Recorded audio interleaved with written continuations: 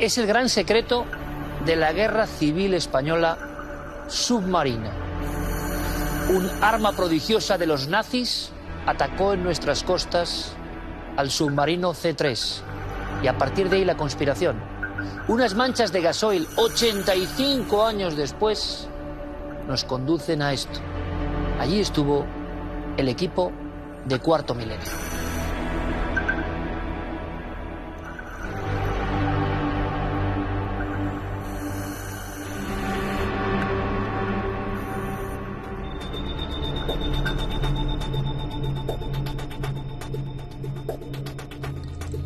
Buenas noches, bienvenidos a la nave del misterio. Pues sí, esta noche hay historia, pero historia que siempre se conecta con la actualidad. Lo de ese hallazgo es asombroso e increíble, pero lo van a ver. Otro hallazgo ha ocurrido gracias a compañeros de la televisión, y es que este medio es impresionante. Los compañeros, en este caso de Viva la Vida, abrían una investigación sobre el llamado caso de las niñas de Aguilar de Campoo. Y a partir de ahí empezaban a pasar cosas que yo voy a intentar contarles. Tenemos a protagonistas de esa terrible desaparición doble. Es un caso previo al Alcácer y es un caso que dicen los especialistas que precisamente Alcácer eclipsó. Dos niñas de apenas 14 años en un lugar en el norte de Palencia, en algún punto entre Aguilar de Campoo y Reynosa. Una carretera cualquiera.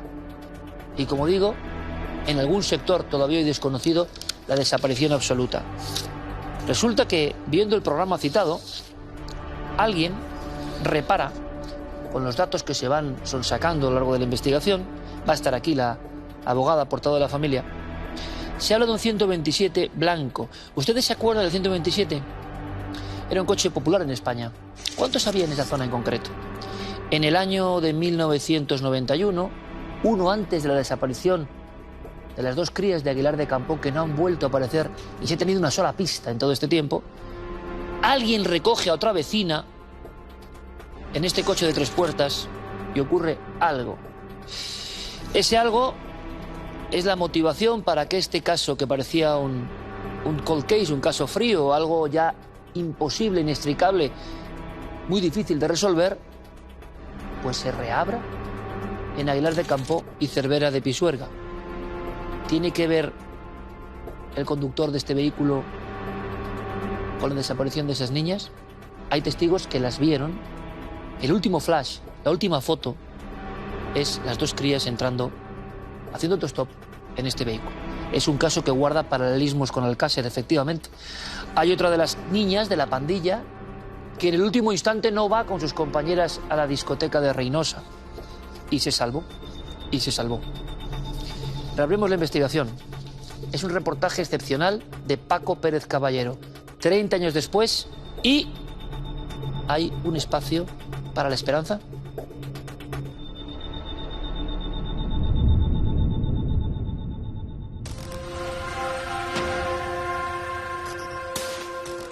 El 23 de abril de 1992, Virginia Guerrero, de 14 años, y Manuela Torres, de 13, vinieron desde Aguilar de Campoo hasta Reynosa. Solo querían pasar un buen rato. Sin embargo, nunca regresaron. A su madre, a Trinidad, la engañan. El dinero le querían para bajarse a las fiestas, a una discoteca Reynosa. Era muy común en esa época que la gente de Aguilar de Campoo fuera a Reynosa y a otros municipios limítrofes a estar con amigos, a juntarse. Sobre todo en Reynosa, que es donde se juntaban más las discotecas y los bares para los jóvenes. Piden el dinero, la madre de Virginia la entrega dinero a ella y lo cuenta a sus amigas. Alicia, que es la tercera amiga, decide no viajar con ellas. Entonces, Manuela y Virginia cogen un tren.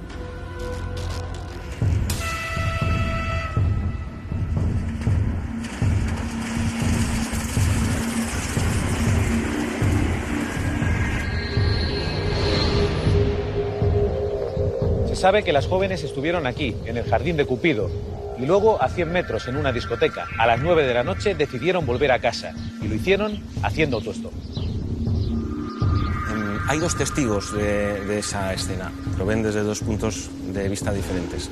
Bueno, a todo esto llega un coche, un SEAT 127 blanco, con un hombre en el interior. Es un vehículo de 3 puertas y las dos, después de preguntar por 2 o 3 ocasiones si va a Aguilar el conductor y el conductor decirles que sí, Ellas se suben en ese vehículo, una se sube en la parte trasera, el asiento de delante se abate y se sube la siguiente chica en la parte delantera. Entonces, a partir de ahí sabemos que Manuel y Virginia se van contentas, se van en el coche, van a Aguilar de Campoo, apenas son 20 minutos de trayecto y se les pierde la pista y nadie la vuelve a ver.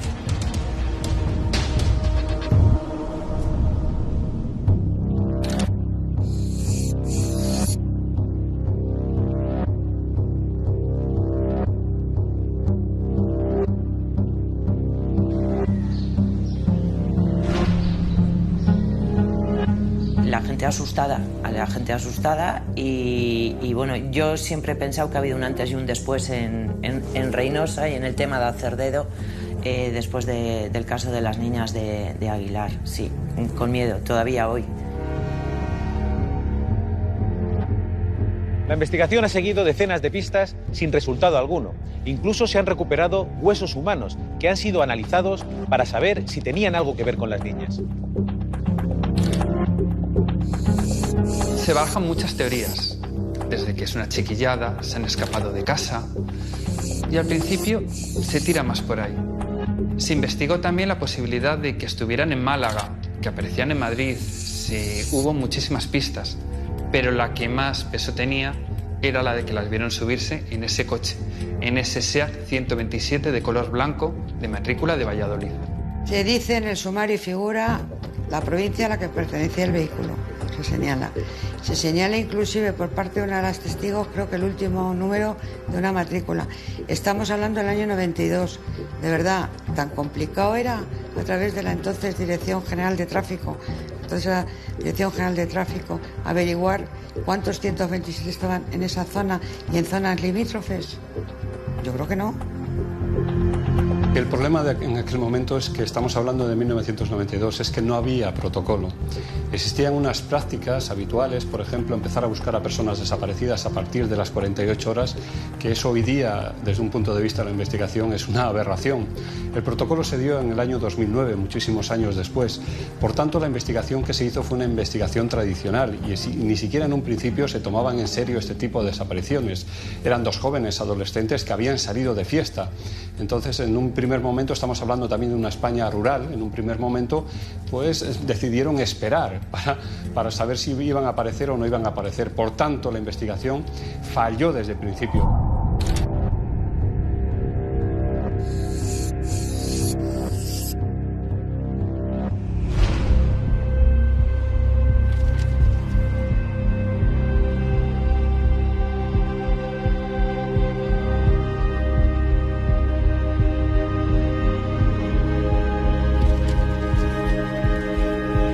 En el año 2017, un pastor de Campo de Yuso, en Cantabria, encuentra una mandíbula. El forense, en un estudio preliminar, dice que puede pertenecer a un individuo joven y que más o menos esos restos tienen unos 25 años. Si restamos 25 años al año 2017, nos encontramos en la horquilla de los años 90. ¿Qué desapariciones ha habido cerca de ese municipio? Las de las niñas de Aguilar de Campoo. No hay nada más. Todo el mundo enseguida empieza a pensar en ello. Los restos que se analizan, se saca ADN, se introduce en el programa Fénix para ver si coinciden con los familiares de las niñas y no son compatibles con ellas. Y eso sí, los restos no son de hace 25 años, son de un antiguo camposanto que había antes de la construcción del pantano del Ebro, en torno a 1952.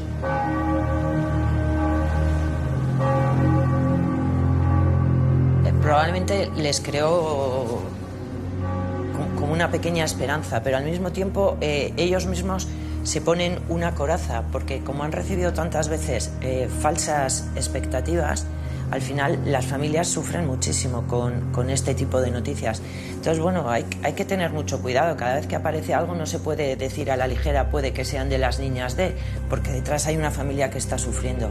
Luego se demuestra que no es de ellas y, bueno, ha sido, además del sufrimiento que tienen, sufrimiento en vano.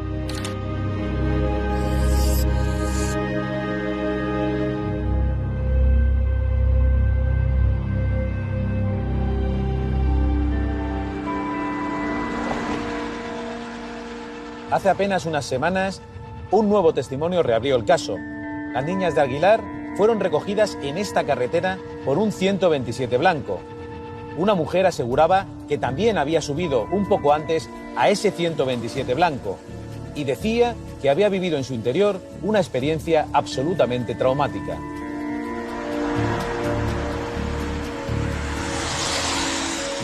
Hay una jueza que decide reabrir las investigaciones el pasado 21 de junio, ¿no?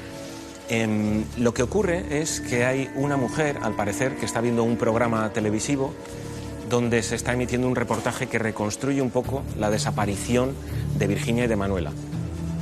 Lo cuenta al detalle, cómo ellas están haciendo autostop, cómo suben a ese SEAT 127 blanco, etc.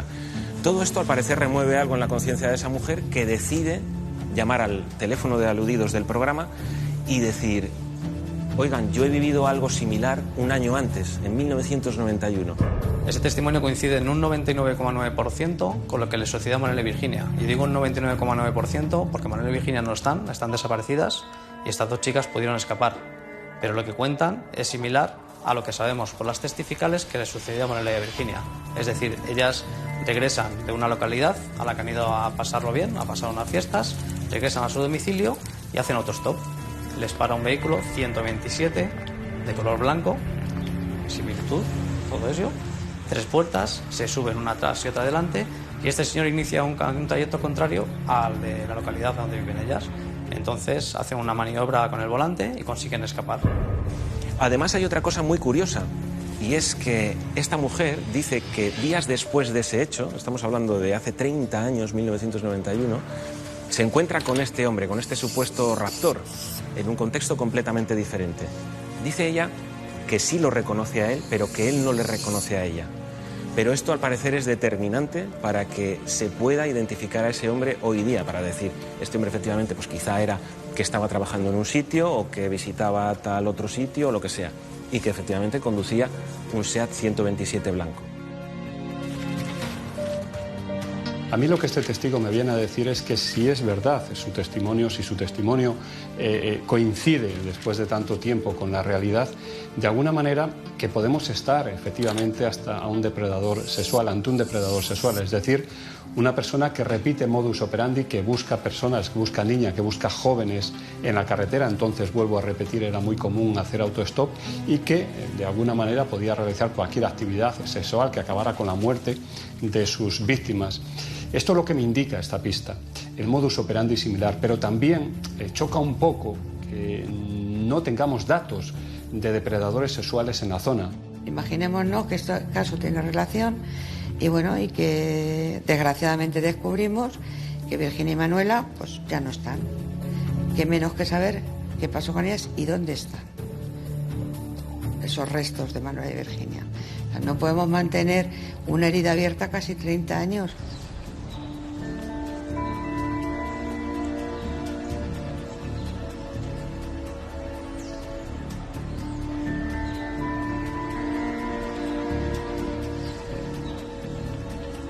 Las novedades son esperanzadoras. Tal vez estamos más cerca de resolver uno de los enigmas más oscuros de nuestra crónica negra.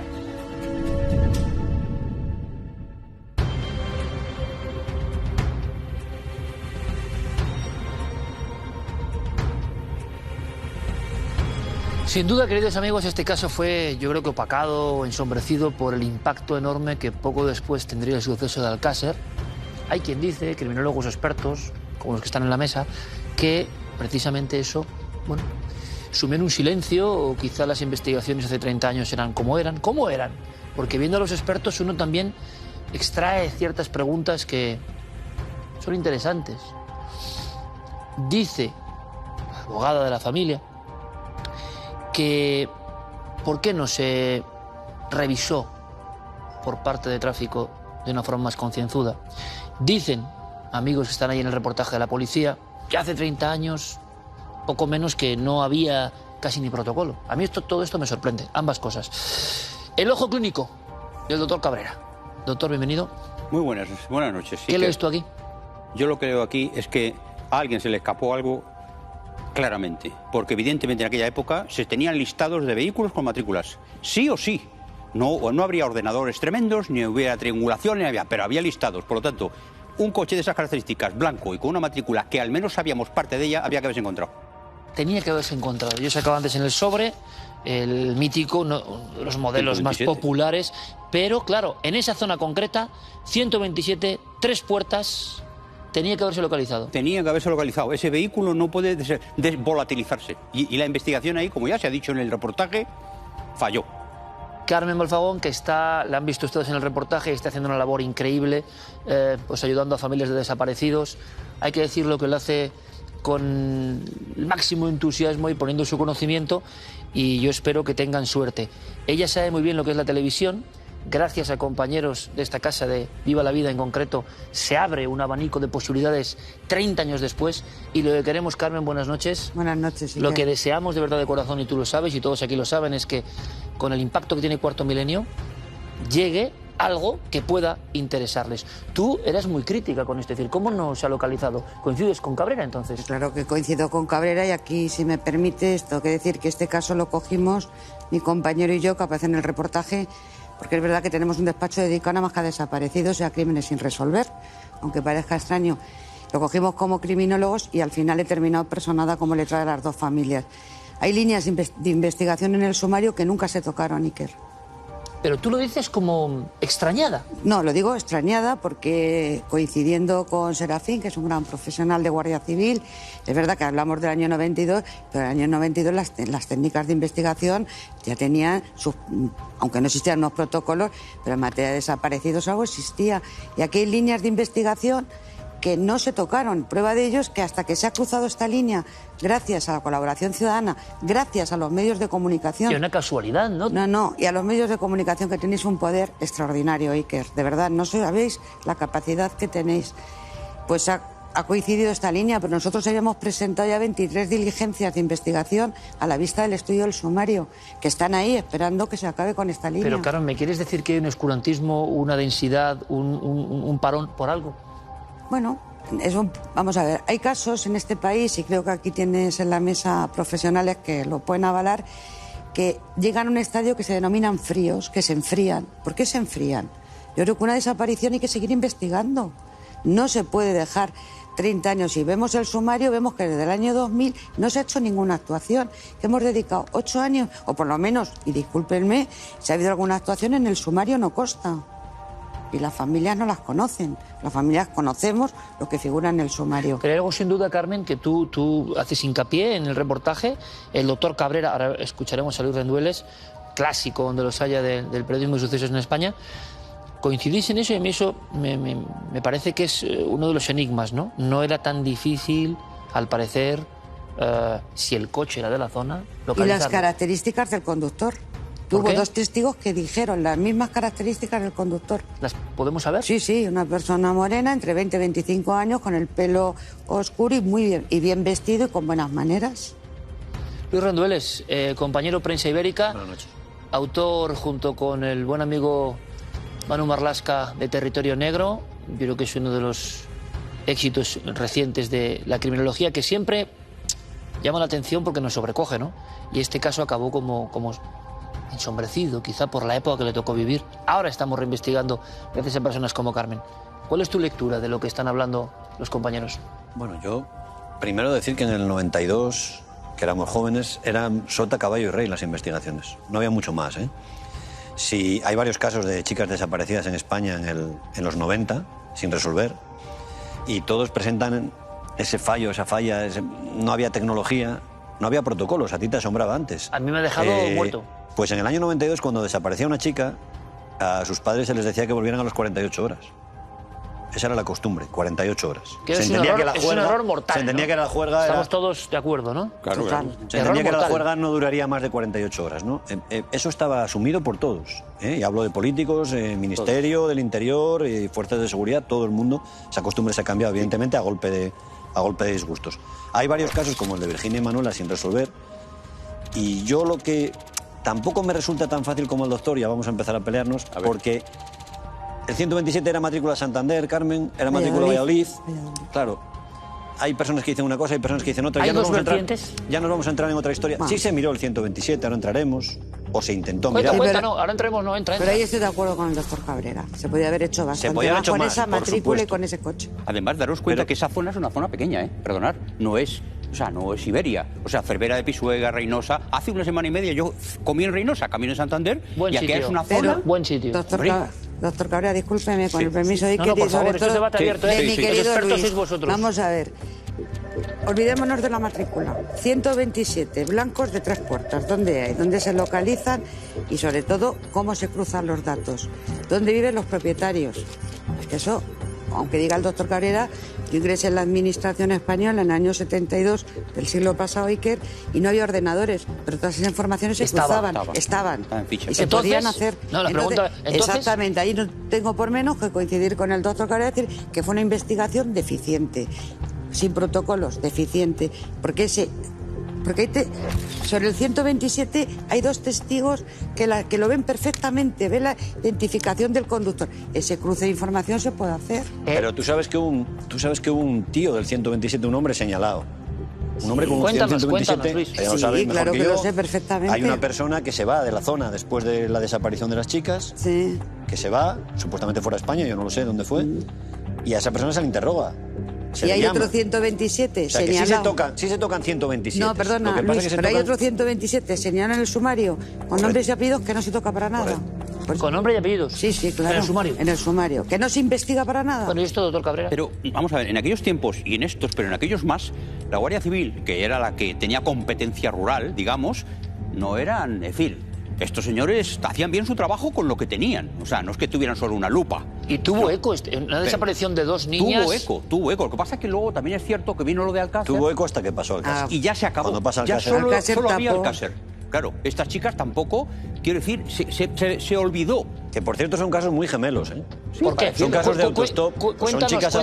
son chicas adolescentes. Hay una chica amiga que al final no va, en los dos casos. Es un calco, Una niña que se arrepiente por lo que sea y se libra. Tienen que usar autostop porque, tanto en el caso de Alcácer como en de Aguilar, suelen llevarla a sus padres, pero esos días, por diferentes circunstancias, o su padre está enfermo, o su madre no puede, alguien que... Al final se acaban abocadas al autostop, que era una práctica muy habitual entonces. Desde entonces, desde Alcácer, se destierra el autostop, por cierto. Desde Alcácer. Sí, y es en el camino. En el camino a la discoteca o a la salida de la discoteca es cuando hay un depredador, se entiende que es la teoría más fácil, que es el que las ofrece. En el caso de Anglés Ricari, si hubo una tercera persona, y en el caso de Aguilar de Campos. Son casos muy gemelos. Pero ahí se perdieron esas horas, esos 2 días enteros. Pero enteros, como decía Luis, es que en aquella época era así. ¿Pero y cómo podía ser así? Pues porque era así, era una costumbre. No, estarán de juerga, estarán en casa de unas amigas, bla, bla, bla. Ahí fue importante, doctor Cabrera, la famosa alerta Amber, que se estableció, España suscribió, y que ya, evidentemente, la desaparición de una menor, porque en este caso tenemos que tener en cuenta que Manuela todavía no había cumplido los 13 años, tenía 12. Sí, 12. 12 años. 12 años. Sí. Y Virginia, 14. Este es un dato que está ahí. Estaba muy próxima a cumplir los 13 años, pero no los había cumplido. Evidentemente, eso ahora no pasa porque gracias a la alerta Amber, y que yo creo que hablando de un menor, no hay tiempo que esperar. Sí que es verdad, y consta también en el sumario, como se les indica a las familias, no vengan ustedes mañana, porque es muy pronto, porque es que igual se han ido de juerga. Dicen, y por favor, la lección es la vuestra, yo aquí solo lanzo preguntas que seguro que tiene el público, no tenemos datos de depredadores sexuales en la zona. No tener datos es que no hay depredadores sexuales o que no hay datos, ¿no? Es que, vamos a ver, en Cervera de Pisuerga o en Reynosa no hay un listado de depredadores sexuales, pero es que no lo hay tampoco en Santander capital. Es decir, no hay... Aquí está la lista de atracadores de bancos. Pero doctor, decían porque, digamos, no ha habido hechos parecidos, ¿no? Me imagino que es eso. Hombre, es que gentuza, ahí sí. Aunque esa gentuza no esté filiada, existe siempre, en cualquier lado. Por lo tanto, lo que apuntaba Luis, de que hubiera un sujeto que el perfil fuera ese, de trincar a estas 2 niñas y punto pelota, es decir, eso es posible, aunque no estuviera en una lista de... ¿Qué sabemos de ese caso fallido que contaba Luis, que es, bueno, casi un calco? Este hombre, si es el mismo, no lo sabemos, intenta llevarse a la fuerza y nos comentan, tu compañero en el ámbito de la investigación, porque yo creo que el público se ha quedado... ¿Las niñas que hacen dar un volantazo? Bueno, ¿Cómo es esa escena? ¿Qué pasa? ¿Cómo se salvan? En principio piensa la que va a sentar adelante que va a abrir la puerta y se va a tirar, porque ve que efectivamente el coche, tal y como ha señalado mi compañero Ramón Chipirras, se había dado cuenta que no las llevaba al domicilio, Iker. Entonces, ¿qué ocurre? Que piensa en la compañera. Venían de fiesta, pues era un poquillo perjudicial. Si yo me tiro, ¿qué pasa con mi amiga? Que sale además, 3 puertas, ¿no? La sensación de las famosas 3 encajonamiento. puertas. Recordemos que había un asiento que se abatía para la gente que, bueno, pues no le venga a la memoria este 127. La chica de atrás iba completamente enclaustrada. Enclaustrada. Si no se abate un asiento, si no se echa para adelante ese asiento, no puede salir por la puerta delantera. Entonces evidentemente, esta chica entonces, también joven, también muy joven, pues se le ocurre pegar un volantazo, sacar el coche de la carretera, esto es lo que dice en su declaración, y entonces escapar, mientras el otro reacciona y escapan. Hay quien se preguntará, ¿y cómo han estado 30 años sin decirlo? Vale, pues esto tiene una explicación muy fácil.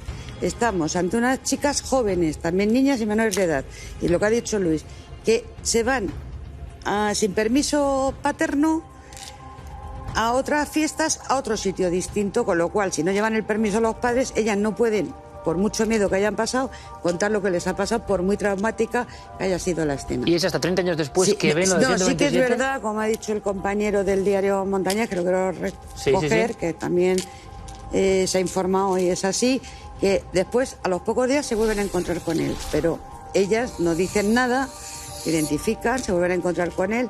Ellas no dicen nada porque siguen siendo menores de edad. ¿Qué ocurre? Que ese caso se queda ahí. Y hace falta que pasen 30 años, y hace falta que un medio de comunicación pida ayuda.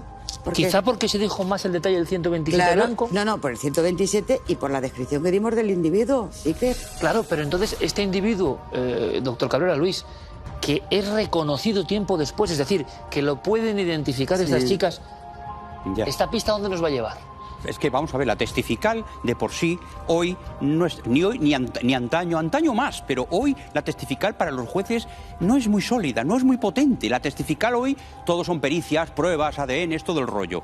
Pero es que encima, 30 años pasados, la cara de una persona cambia. Claro. El pelo, el bigote, el no sé qué. Pero le puedo asegurar que está perfectamente identificado porque hay fotos de hace 30 años. ¿Y qué sabemos de esta persona, Carmen? ¿Qué habéis logrado saber que se pueda contar? Ahí me tienes que disculpar, Iker, porque todo lo que digamos de ella creo que iría en contra. Lo cierto es que de la investigación. El 29 de julio la juez, yo creo que una juez preocupada con este caso, como no puede ser de otra manera, porque no podemos olvidar que este país suscribió un convenio con Naciones Unidas donde los desaparecidos, la cuestión de desaparición no prescribe nunca, a diferencia de homicidio y asesinato, que sería otro debate, porque a los 20 años aquí prescriben, pero la desaparición no prescribe, Iker. Entonces, el desaparecido prescribe su caso cuando aparece él o aparece su cadáver. Y creo que la jueza aquí, estamos hablando de los desaparecidos, ha seguido con esta línea de investigación y yo os puedo adelantar que como letrada de las dos familias, los próximos días voy a presentar un escrito en el juzgado de Cervera de Pisuerga para que me informen como acusación particular de las gestiones que ha hecho la Guardia Civil hasta ahora. La jueza ha sido valiente, ¿eh? La jueza ha sido valiente porque otra jueza dice, 30 años. 30 años. Ese hombre que sigue viviendo por la zona, y esto ya es teoría, nadie secuestra a dos chicas como primer delito. No. Anglés no se llevó a las chicas del Cáceres las primeras. Fernández y Joaquín Fernández en Castellón no se llevó, ya había cumplido condena antes. Es el primer caso que otro maestro y amigo de este programa, Vicente Garrido, el profesor, es el primer caso donde se hace perfilación real de un... en España. Pero este caso, si es así, y si el individuo del 127 es el mismo, que no lo sabe, yo no lo sé, cumpliría una serie de códigos lógicos. Si es el mismo, tiene que tener, como dirían, tiene que tener algún marrón antes y después de estos años. Tiene que tener... ¿Y no podría ser este caso de el primer intento y el segundo la consecución? No lo es, porque la testifical de esta persona, que ha sido como testigo, los hechos los relata un año antes de la desaparición de Virginia y Manuela. Por eso te quiero decir, ¿que ese puede ser el primero y el segundo de la desaparición de Virginia y Manuela? O alguno anterior. O alguno anterior. ¿Se sabe algo de eso? Sí se sabe, figura en autos, pero es que si damos muchas pistas... Habría que bucear con la gente. Lo que yo quiero es que lleguen pistas para vosotros a partir de esta noche. Yo estoy convencida que a partir de esta noche, lo mismo que se pidió, va a haber más pistas de este caso. O sea, que hay más personas en esa zona que han sufrido, hay más personas. Como mínimo un intento de ataque, no sé si más artesanal, más primitivo, porque los depredadores aprenden con los años. Son sofisticados. Entonces no sé si más artesanal, más torpe, pero algún tipo de ataque de incidente ha habido. Y que en el 90 hubo otra desaparición de una chica, lo recordábamos Luis y yo hace unos minutos, Mina del Campo, tampoco se ha sabido nada de ella.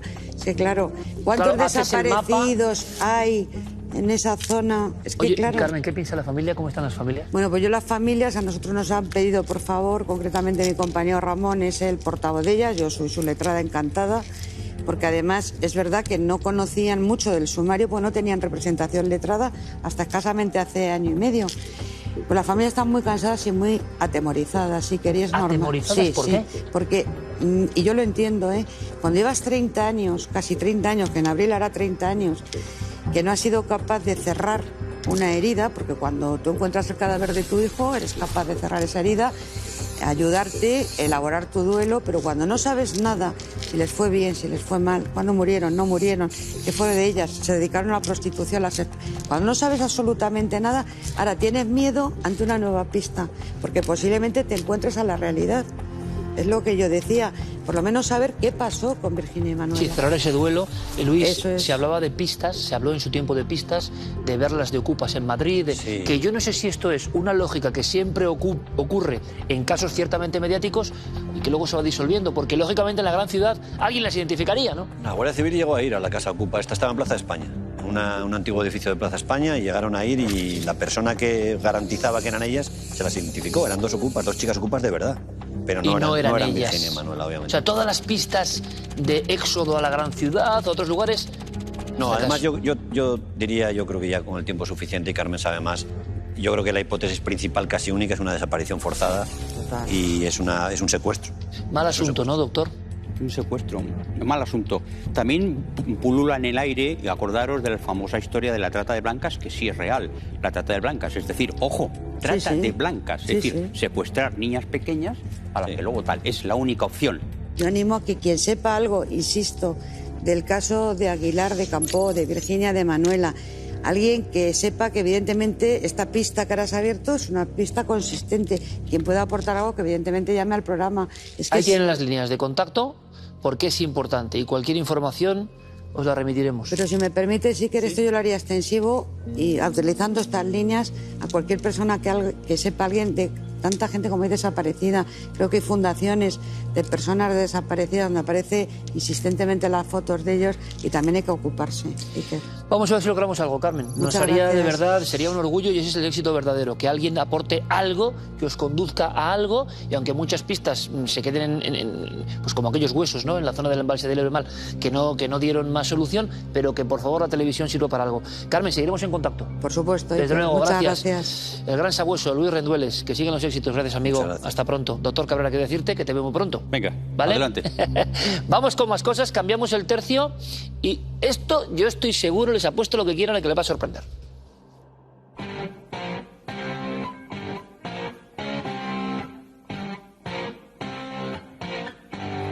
Queridos amigos, una sección que yo sé que va a gustar. No hay otra. No hay otra, porque el protagonista de estos mini capítulos, mini crónicas, es una leyenda sagrada del rock en España y de la comunicación.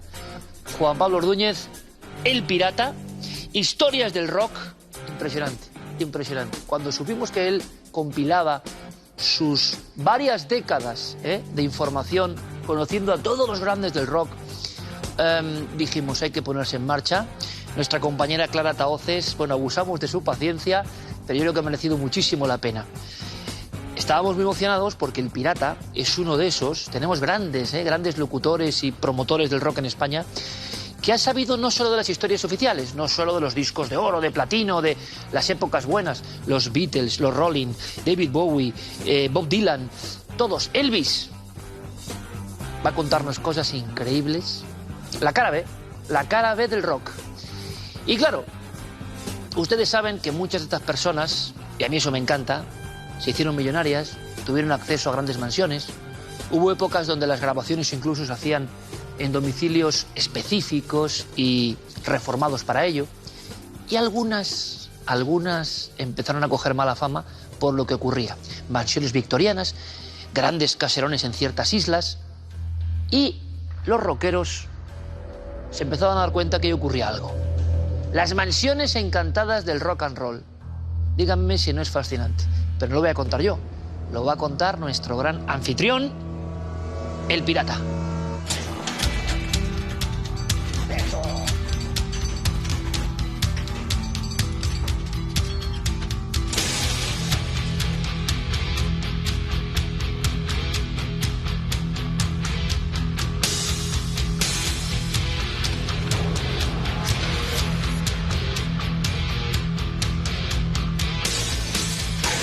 Hay edificios, apartamentos y mansiones que realmente se cubren de misterio y de terror en el mundo del rock. De eso te hablo ahora mismo.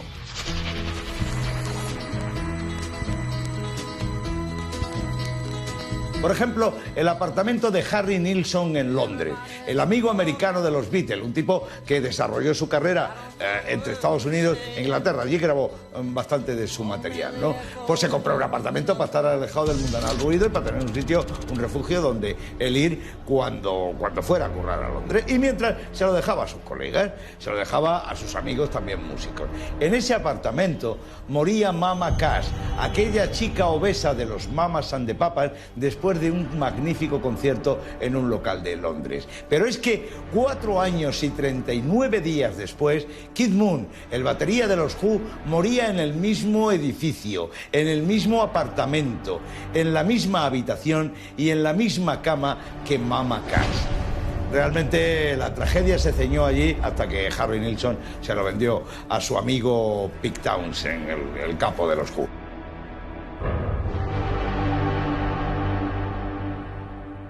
Pero no es el único edificio rodeado de misterio y de terror en la historia del rock, ¿no? Cerca de Reading había una mansión británica en la campiña que tuvo diferentes propietarios ingleses. Allí se grabaron discos desde Rod Stewart hasta los insoportables Spandau Ballet, ¿no?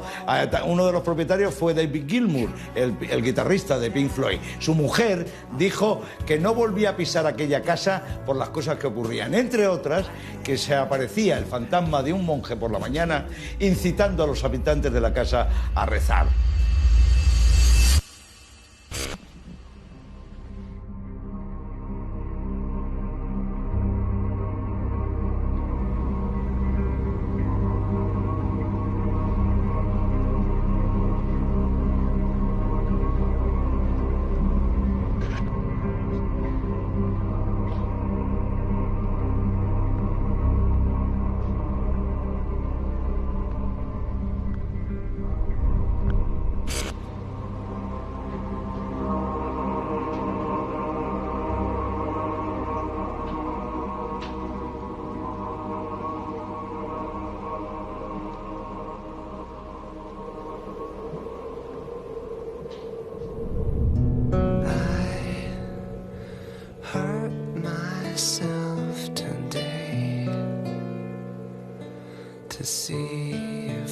Trent Reznor, el hombre que de alguna forma propulsó en Estados Unidos el metal industrial, no tuvo otro sitio donde irse a vivir y a grabar que donde Charles Mason y pandilla habían matado a Sharon Tate y algunas personas más.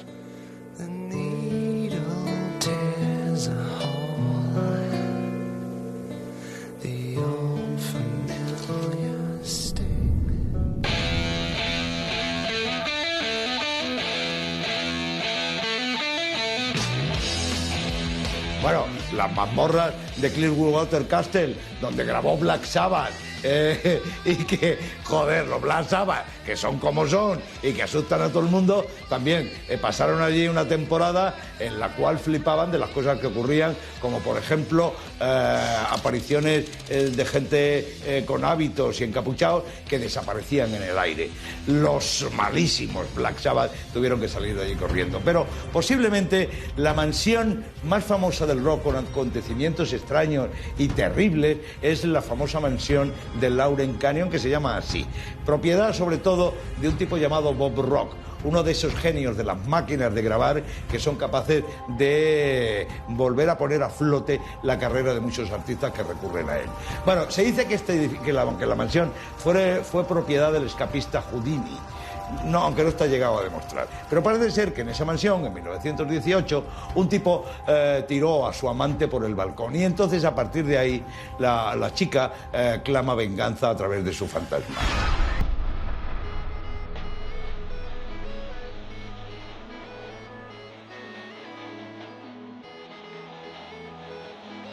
Corey Taylor, el cantante y el líder de una de las bandas de metal más grandes del mundo, Slipknot, estuvo allí grabando con su grupo, ¿no? Y las cosas que cuenta son terroríficas. Dice que un día estaba en la bañera y que apareció un tipo con smoking Y entonces, claro, él salió de la bañera y el tipo desapareció.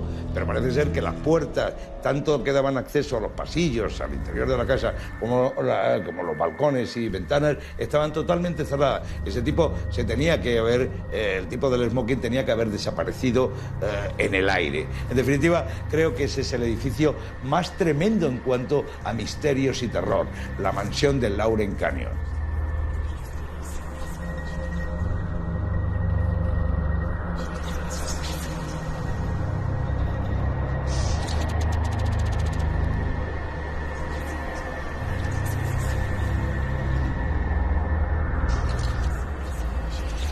Apartamentos, mansiones, en definitiva, edificios que han poblado de terror y de misterio el mundo del rock.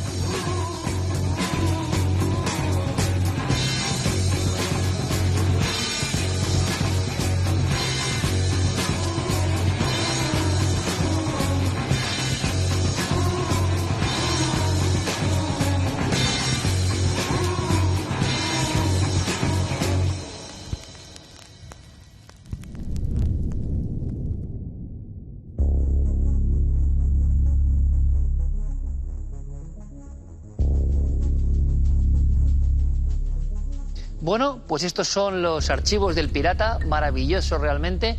Y la semana que viene les prometo vivos muy muertos y muertos muy vivos dentro del mundo del rock. Carmen, buenas noches. Hola, Iker. Bueno, vamos con Viral, que encaja un poco también con lo que contaba el pirata. Venga. A ver, hemos hablado de casas encantadas, ¿no? Con el pirata. Bueno, pues mira, el tonto de la semana. Aquí yo ya no sé si es el tonto o la tonta, o los dos son tontos. A ver. Tú mira, lo que se está poniendo de moda ahora, tipo El Exorcista. Muchacha que dice, mira, le voy a hacer una broma a mi novio, voy a hacerme la poseída. Ah, con una banqueta. Claro, se pone una banqueta, parece que está levitando, ahí como la niña del Exorcista, ¿no? Le despierta, ella ahí, la verdad que parece, claro, ¿eh? Te o sea, el despiertas del efecto que duerme-vela da, y ves eso. Tú te despiertas, ves a la otra así. Se cae el hombre. ¿Pero cómo la exorciza? Tirándole un zapatillazo. Con un zapatillazo en la cabeza. Y se acabó el exorcismo, hombre. Y se acabó el exorcismo. Ya está. La muchacha se ha puesto bien y el otro se ha llevado el susto de su vida, ¿Pero a quién se le ocurre? O sea, ¿esto también se ha puesto como de moda viral? Parece que sí, parece que las cosas con los exorcismos y tal, para dar sustos... Ah, te digo una cosa, pues tú te parece que despiertas en ese momento en que no sabes dónde estás y ves eso, con la sábana está bien pensado, ¿eh? Está bien pensado, pero no lo hagan, no lo hagan. Ahora, Mira. fue como el padre Carras, pero directo. Mira, O sea, la zapatilla, un chancletazo. Toma. Y con puntería. En fin, viral, las Vale, cosas que pasan en el mundo. Los tontos de la semana. Vamos allá. Venga, ¿qué más quieres? Bueno, esto. Tú sabes los experimentos que hacían para hacer pollos con 4 patas, ¿verdad? ¿Pero qué es esto? Un pollo con 4 patas. En Indonesia. ¿Qué es? Ha vivido un pollo con 4 patas. Pero que de verdad... Una deformidad, sí. Una deformidad que ha logrado además sobrevivir. Los experimentos, ¿te acuerdas que hacía para que tuvieran las familias más muslos donde comer de cada pollo? Bueno, pues este ha sido la naturaleza quien lo ha creado. Pero queda un tanto extraño, ¿verdad? Con esas otras 2 patas así como arqueadas. Sí. Y... Bueno, pero el pollillo ha logrado sobrevivir, ¿eh? Que es raro, con estas mutaciones, pues ahí está, tan tieso y tan campante. Y las 4 patas. Tampoco tienen mucha chicha las de atrás, eso es cierto, pero bueno, el animalillo, ahí está. Más cosas. ¿Qué es eso? ¿Qué es esto? ¿Dónde podía ocurrir esto? En la Comunidad Valenciana. A ver. De repente va por la rotonda y dice... Con un abrazo a todos, ¿Pero amigos. ¿Esto qué es? Pero... Pues una especie de helicópterillo, ahí está, que se ve que se quedó sin gasolina, aterrizó ahí en la carretera, dio la rotonda y directo a echar gasolina, pues ahí al puesto por ahí, ¿no? más cercano. Pues mira, o sea, el hombre estaba haciendo su vuelo sin motor, era. ¿no? Vuelo Sí, el autogiro. El autogiro. Alicante. Claro, no falla. Alacant. Maravilloso. Mi querido Alacant, pues si ustedes ven en la rotonda un autogiro, pues es que va a la gasolinera. El autogiro de la terreta. Ahí lo tiene. Impresionante. A mí es que me suena esa rotonda. Pues seguro que hemos pasado por ella. Este es el World Trade Center, toda la zona donde de repente más de 300 pájaros muertos por las calles. ¿Qué ha pasado? Bueno, pues que donde estaban las Torres Gemelas, en toda esa zona, ya saben que varios edificios tuvieron que ser después derruidos. Bueno, han construido nuevos rascacielos y esos rascacielos tienen muchas vidrieras. Noche de tormenta, los pájaros como que se pierden un poco y han empezado a chocar contra los edificios. Dicen que es normal, aunque no en tanta cantidad. Se ve que esa noche, precisamente por la tormenta, exactamente, increíble, pues han impactado un montón de ellos muriendo. Algunos sí que es cierto que los encontraron que se están recuperando, pero la mayoría... ¿De dónde sacará Carmen estas cosas? O sea, la zona cero de los pájaros. Es la mezcla de Hitchcock con la zona cero. Totalmente. Y ahí todos, pues, Nunca están viendo a ver impactante. qué cristales pueden hacer. Dicen que tienen que apagar las luces por la noche para que así los pájaros no se despisten tanto. En fin, que no saben. Esto es muy asquerosillo, la verdad. A ver. Cementerio que va y mira lo que sale de la lápida. Ay, por Dios. ¿Pero la qué cabellera traes? de alguien que está ¿Qué ahí. Si te digo lo que dice el muchacho que está grabando, mejor no te lo digo, No, porque no es digas como... nada. ¡Ah! ¡Qué asquillo!, ¿no? Y se da cuenta de que en esa lápida gigantesca, de repente como una apertura... De momia peruana, y parece. la cabellera del muertito o la muertita, pues por ahí saliendo, Pues mira, fíjate, ahí, por la grieta. Como viene... Dicen que esto es normal cuando hay lluvias. Mira, no me hagas eso. Escucha, es que esto tú lo haces como novela o como cine de terror japonés Sí, y te lo crees. La semana que viene sí. viene el maestro Ranz con Cineclub. Cineclub, terror japonés. ¿Cuál es el elemento del Okiku o del Yurei que vuelve? El pelo así negro por Hay uno, delante, ¿no? Hay uno. Ahí... Estoy seguro que Pobre- era japonés, el difunto. Pobre, ay, muerto. Ahí. Bueno, vamos con noticias, las series, entre comillas, viral, cada día más espeluznante, que diría Bizarro, Ranz también. ¿no? Bizarro, bizarrísimo. Vamos con las noticias serias, entre comillas. Mira, vamos a comenzar en Arabia Saudí, donde se ha dado a conocer el hallazgo de unos camellos tallados en la roca, que según los expertos fueron hechos hace unos 8.000 años. Los arqueólogos, para determinar la antigüedad, han tenido que compararlos con los de Petra y examinar la erosión, las marcas de herramientas y los huesos de animales que había en la zona. Con todo ello se ha llegado a la conclusión de que son probablemente los relieves de animales de gran escala de mayor antigüedad del mundo. Además, han apuntado que sus creadores tuvieron que utilizar andamios para esculpirlos, ya que muchos de ellos están a gran altura y fueron esculpidos antes de la domesticación de los camellos. Su utilidad, más que decorativa, parece que tiene que ver con las tribus nómadas y las rutas que éstas seguían. Bueno, pues los han hallado allí, gigantescos, tallados en la roca, junto a pinturas rupestres petróglifos. que hay en abrigos, exactamente, y que creían al principio que tenían una antigüedad como de 2.000 años o así, y fueron viendo la erosión, la tal, y entre 7.000 y 8.000. O sea, que es que estamos hablando de... Y además esos seres orantes, ¿no? Sí, Ya siempre. que hablamos ahora de algo que ha sentido el ser humano desde el principio del tiempo, ahora verán por qué lo cuento, y que ha intentado conectar con ese algo, esté donde esté. Ahora vamos a hablar de eso y enseguida, por cierto, empezamos con unas imágenes también históricas que son, bueno, los restos de este submarino increíble, la historia de este C3 que se descubre por unas gotas de gasoil que suben a la superficie del mar y les descubre un abogado. La historia que se abre a partir de este momento, con esto que están viendo, esto supera cualquier novela de nazis en España. Supera cualquier novela. Seguimos. Mira qué bonito. Nos vamos hasta la Patagonia Argentina, donde un grupo de viajeros ha logrado captar estas impresionantes imágenes de un puma sobre un iceberg. En el Parque Nacional de los Glaciares, un área protegida desde 1937 por su valor medioambiental y paisajístico, se encontraba este ejemplar de puma con color o león de montaña, que es autóctono de la zona. Lo que no es normal es verlo a ¡Qué plena luz del día, maravilla! ya que según los zoólogos suele moverse en las sombras y huir en cuanto notan la presencia de humanos. En este caso, las autoridades recomendaron no molestarlo, y aunque se encontraba a gran distancia de tierra firme, la administración del parque aseguró que no sería necesario sedarlo y trasladarlo, ya que son excelentes nadadores. Bueno, el puma, que es un animal fascinante, donde los oyen nuestros amigos Alex, Tete de Patri, de Fauna y Acción. Me acuerdo cuando nos enseñaban el puma, ese con el que más Tremendo, cuidado tienen. Sí. O sea, más que el tigre, más que el leopardo, más que el león, que aparentemente son mucho más poderosos. Pero el puma americano, ¿te acuerdas ese momento en que estaba el puma ahí, sinceramente? Sí. Uno coge ciertas confianzas que no debe coger, y el puma sube arriba de la pantalla, más alto que esta pantalla, pero en vertical, sin ningún esfuerzo ni carrerilla, Sí, sí. y tú dices, claro, o sea, te engancha, ¿no? Ahora, las imágenes... Ahora, la entre el- belleza de esto... Entre el hielo, el animal, el paisaje, Un es felino, brutal, ¿eh? icebergs, O sea, no el puede fin del ser mundo, más, o sea, no puede ser más. No puede ser más bello. Más, de verdad. Mira, esto también es bello a su manera. En aguas más cálidas se encuentra la ciudad de Baiae, una antigua urbe romana que ahora se ha convertido en un parque arqueológico submarino. Se trataba de una ciudad de recreo para la nobleza romana que construyó aquí sus residencias de lujo y palacios junto a la playa. Desde el siglo II a.C., la gente se sintió atraída por sus aguas termales y hasta 7 emperadores, entre los que estaban Nerón, Julio César o Marco Antonio, construyeron aquí sus palacios. Algunos poetas de la época la llamaron Ciudad del Vicio, por las fiestas y bacanales que allí se organizaban. Pero en el siglo IV, debido al bradiseísmo, es decir, al ascenso y descenso gradual de la Tierra debido a la actividad hidrotermal y sísmica, comenzó a hundirse. Los pórticos, las columnas de mármol, los palacios, los jardines con sus esculturas y los mosaicos quedaron bajo las aguas tal y como están hoy en día, a 6 metros de profundidad. Bueno, es difícil dos noticias con imágenes tan bellas, porque estas esculturas, y en el fondo ahora que estamos todos pendientes de La Palma, esto es la naturaleza se vuelve hostil con diferentes formas, subtsunamis que acaban tapando joyas como estas. Yo no he visto esas imágenes nunca.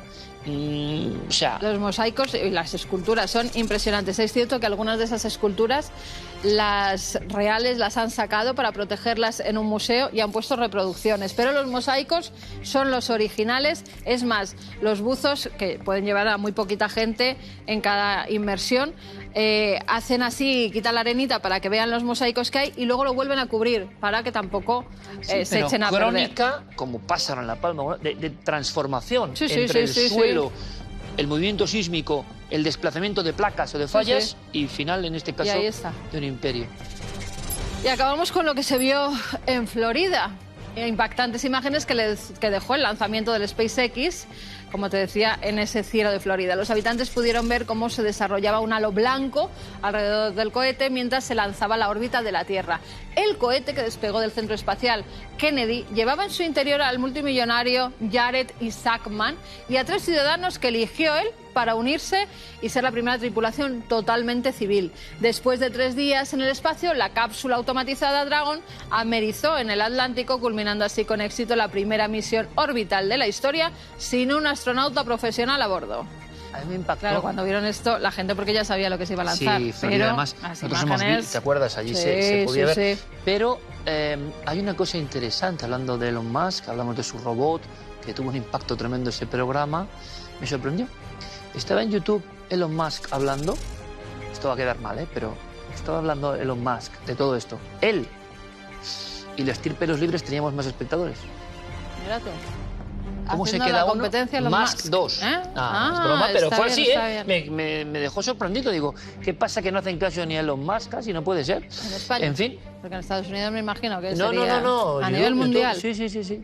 Mira tú. ¿Qué te crees? Siendo la competencia del propio Totalmente. Elon. Por eso mismo, en homenaje a Elon Musk, vamos a hablar ahora de una cosa que nos ha impresionado toda la vida. Ahora les explico. Nos zambullimos en algo. Sí, claro que sí. ¡Vamos!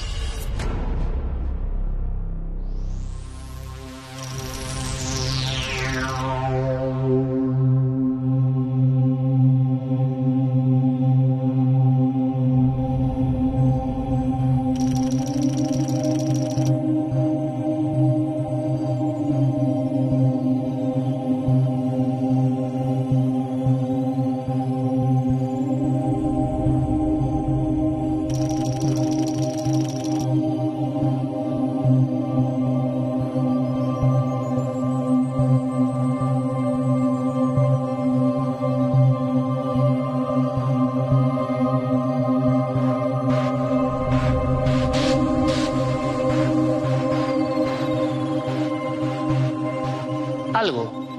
Es una cuestión que me obsesiona, sinceramente. Algo. ¿Algo de dónde? ¿Algo desde cuándo? ¿Algo para qué?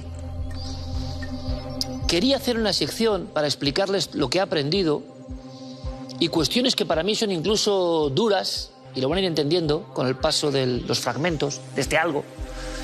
Porque desde los tiempos en que yo era un niño y me puse a investigar el tema de los ovnis con una pasión increíble, les hablo hace 38 años en Vitoria, un caso francés precisamente, luego verán que Francia tiene mucha importancia en todo esto, me abrió un mundo de posibilidades que aquí estoy yo porque soy aquel. Yo casi rezo, ¿no?, al tema de los ovnis porque sé, al margen de haber cambiado muchas veces de parecer personal sobre la procedencia de este algo que evidentemente el ser humano ve desde siempre, pero ¿qué es? Bueno, pues yo estoy muy agradecido, repito, porque he hecho mi vida mucho más realizada.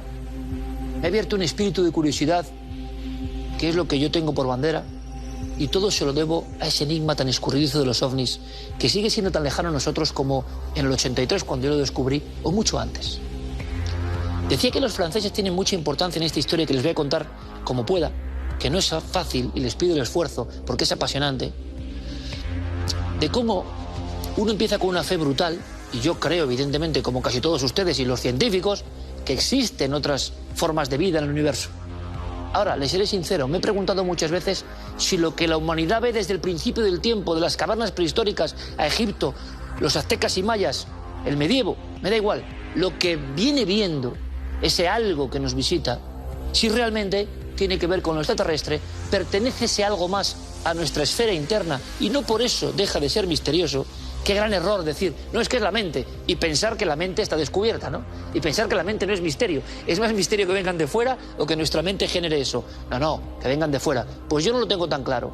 Lo que empiezo a pensar es que cuando alguien, como los miles de testigos que yo he entrevistado en España y en el mundo, y que me cuentan su verdad, han visto algo en cierto momento en la noche, el cerebro humano, no me cabe la menor duda ahora mismo, ha producido una serie de estímulos ayudando o no a ese algo a que se transfigure ante nosotros con un significado.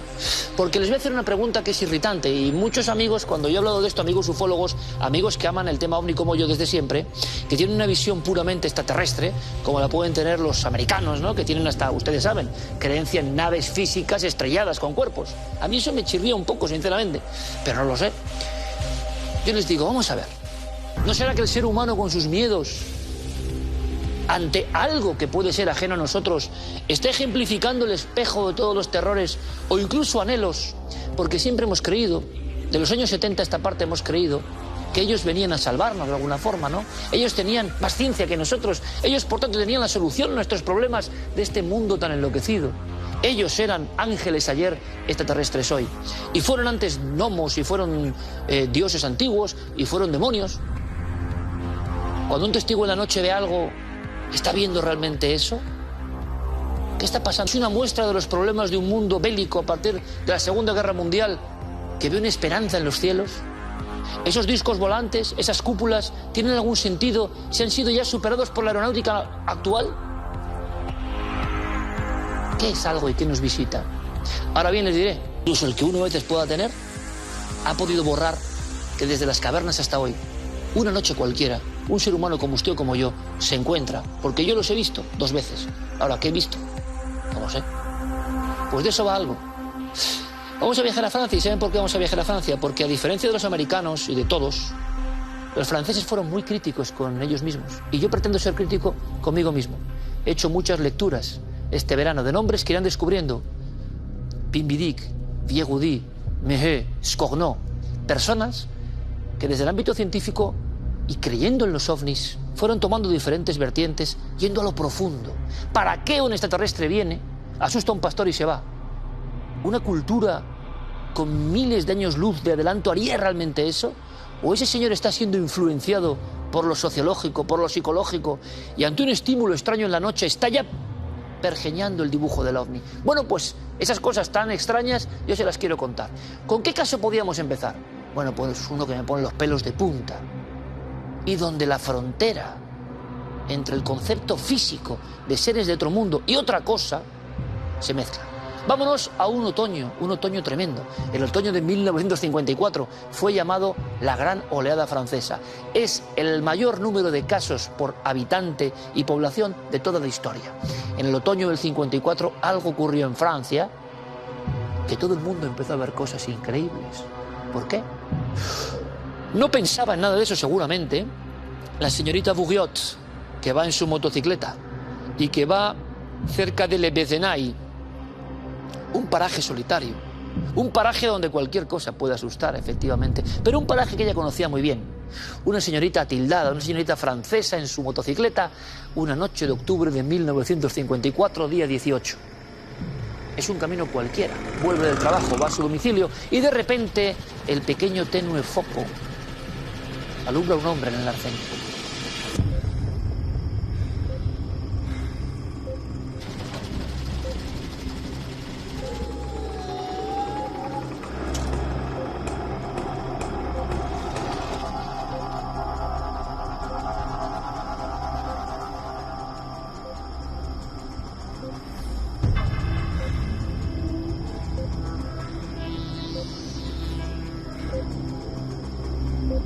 No lleva ningún atuendo de otro mundo, ni mucho menos, pero está como paralizado, como si estuviese él mismo observando algo que le aterra.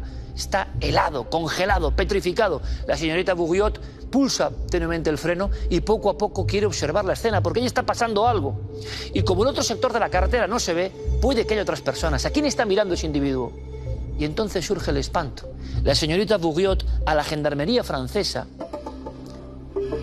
le asegura que junto a este hombre de mucha altura, que parecía un nórdico, de cara seria, pálida, huesuda, que miraba al frente sin hacer caso, aunque ella estaba ya casi al lado, empieza a ver que hay dos figuras mucho más pequeñas, como dos niños en sombra.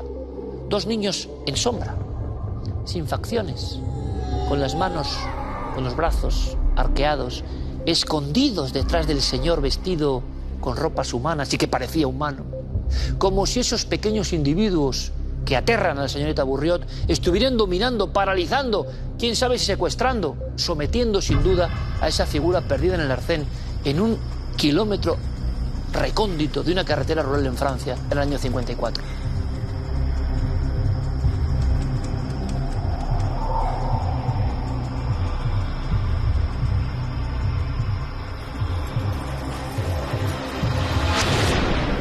La señorita Bourriot también se queda paralizada. Nota un extraño zumbido. Y de pronto, los dos humanoides, vamos a llamarlo así, repito, del tamaño que no superaba 1,30 de altura, van cruzando la carretera casi en paralelo, abandonando a la figura, adentrándose en la oscuridad, donde quién sabe lo que podía ver del otro lado del arcén. Y encima la señorita Bourriot nota que empieza a fallar la motocicleta. Se imagina en la escena lo que vivió esta mujer, lo que creyó vivir esta mujer. Gracias a Dios, arranca y logra dejar la escena atrás. Tiene tanto miedo, le parece tan increíble lo que ha visto, nunca había tenido una alucinación, que pone pie a tierra, vuelve a girarse, aquellos individuos se han marchado, aquellos dos niños, entre comillas, se han marchado, y el hombre sigue impertérrito, como si fuese una fotografía congelada en el tiempo.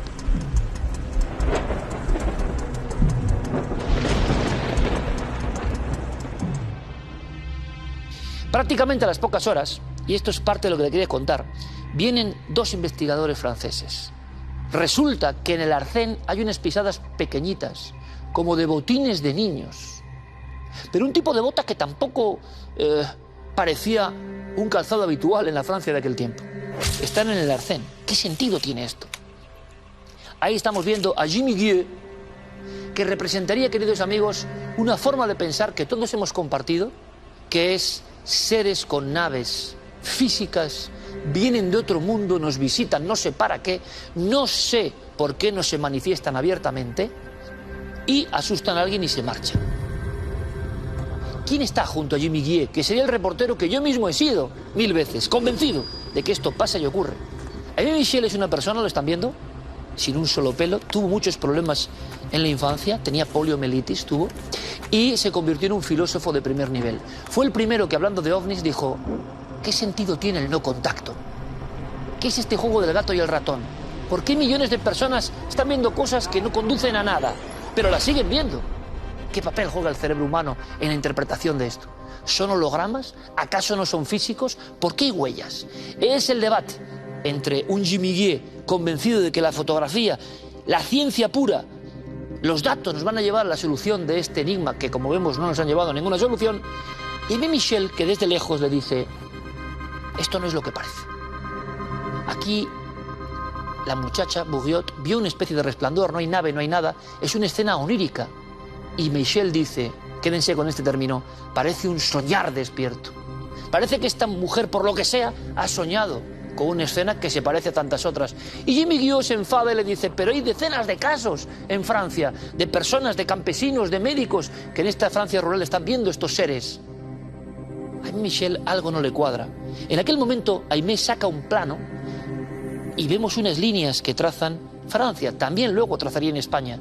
Se llama línea Vavic u ortotenia, Bayona-Vichy. Significa que los ovnis, de alguna forma, seguían un patrón común. Jimmy Guillaud lo tenía claro. Estas aeronaves o paraban por algo o necesitaban algún tipo de elemento, de mineral, de agua o a explorar. A Michel no lo veía claro. Decía Michel, no será porque los programas radiales que están hablando de ovnis o la prensa está informando y sugestionando a la gente. Jimmy Guillaud le decía, ¿y por eso la gente va a ver cosas como esta mujer? Es imposible. Bueno, pues con esa discusión en la carretera de una Francia del 54 les dejamos no solo a dos hombres, sino a dos formas de pensar que se irán separando y yo se lo iré contando hasta el punto de encontrar misterios increíbles en la procedencia de este algo.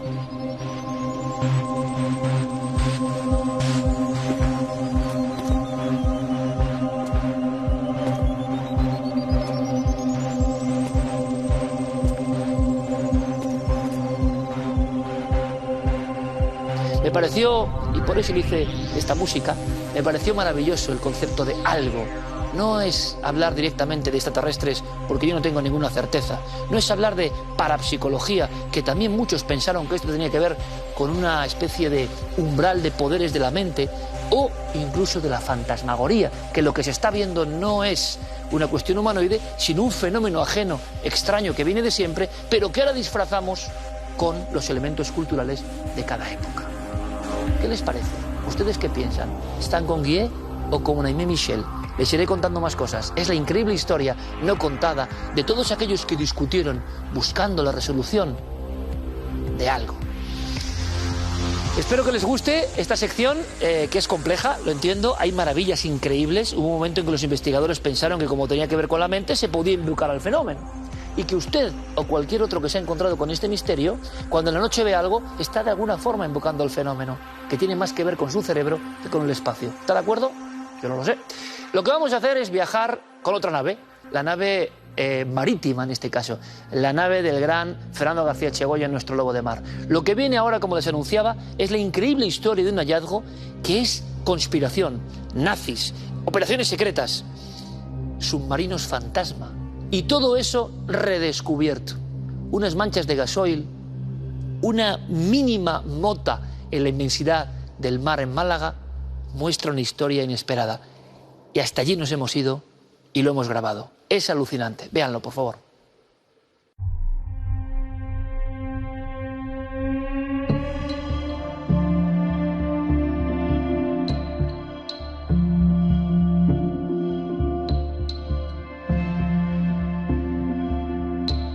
Pues mira, en el año 1936, cuando estalla la guerra, el gobierno dispone de 12 submarinos bastante avanzados, sobre todo los 6 de la clase C. El C3 es uno de ellos, tiene una tripulación moderna, es un buen barco, y tiene la suerte, como el resto de la flota, de recibir un mensaje esa noche desde la central de radiotelégrafos de Madrid, de Chamartín, que neutraliza el golpe de Estado. Así que el submarino C3 quedó fiel a la República. Al principio no es una guerra, es una sublevación. Pues lo cierto es que quedan un poco desarbolados porque la tripulación expulsa a los oficiales, no confía en los que se quedan, son todos sospechosos de fidelidad al golpe de Estado franquista, y por tanto el C3 va a estar unos cuantos meses haciendo pequeñas labores de patrulla, sobre todo en la bahía de Málaga, ¿no? Y el estrecho. La Operación Úrsula es una misión ultrasecreta que diseña la Kriegsmarine, entonces bajo el mando del almirante Dönitz, que luego será famoso al final de la Segunda Guerra Mundial, para traer submarinos desde el Mar del Norte, en realidad desde el Báltico hasta el Mediterráneo, lo cual era un camino larguísimo, ¿no? Solo podían llegar hasta la costa de Alicante y Cartagena a través del estrecho de Gibraltar.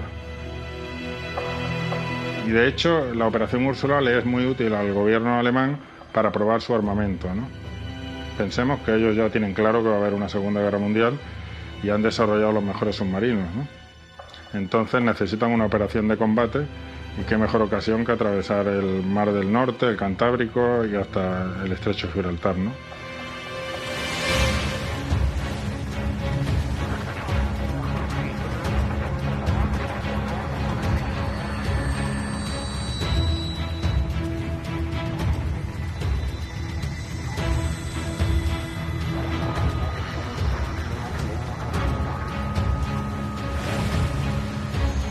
La verdad es que a pesar de todas esas despliegues, para los alemanes los 15 días que ha durado la Operación Úrsula son un fracaso. No han conseguido hundir nada, se han expuesto mucho y no van a renovar el plazo, a pesar de que Mussolini está interesado en que ellos se encargan de una zona, más hacia Valencia, y Alemania se encargue de Alicante y Cartagena, ¿no? Bajo la consigna de volver a casa, los dos submarinos emprenden el rumbo de vuelta desde el Cabo de Palos, el entorno de Alicante y Cartagena, hacia el estrecho y de ahí hasta Kiel, en el Báltico. Y sin embargo, al pasar por la costa de Málaga, el U-34 recibe recibe la información de uno de los muchos informadores que Alemania tiene en los puertos españoles de que hay un submarino patrullando.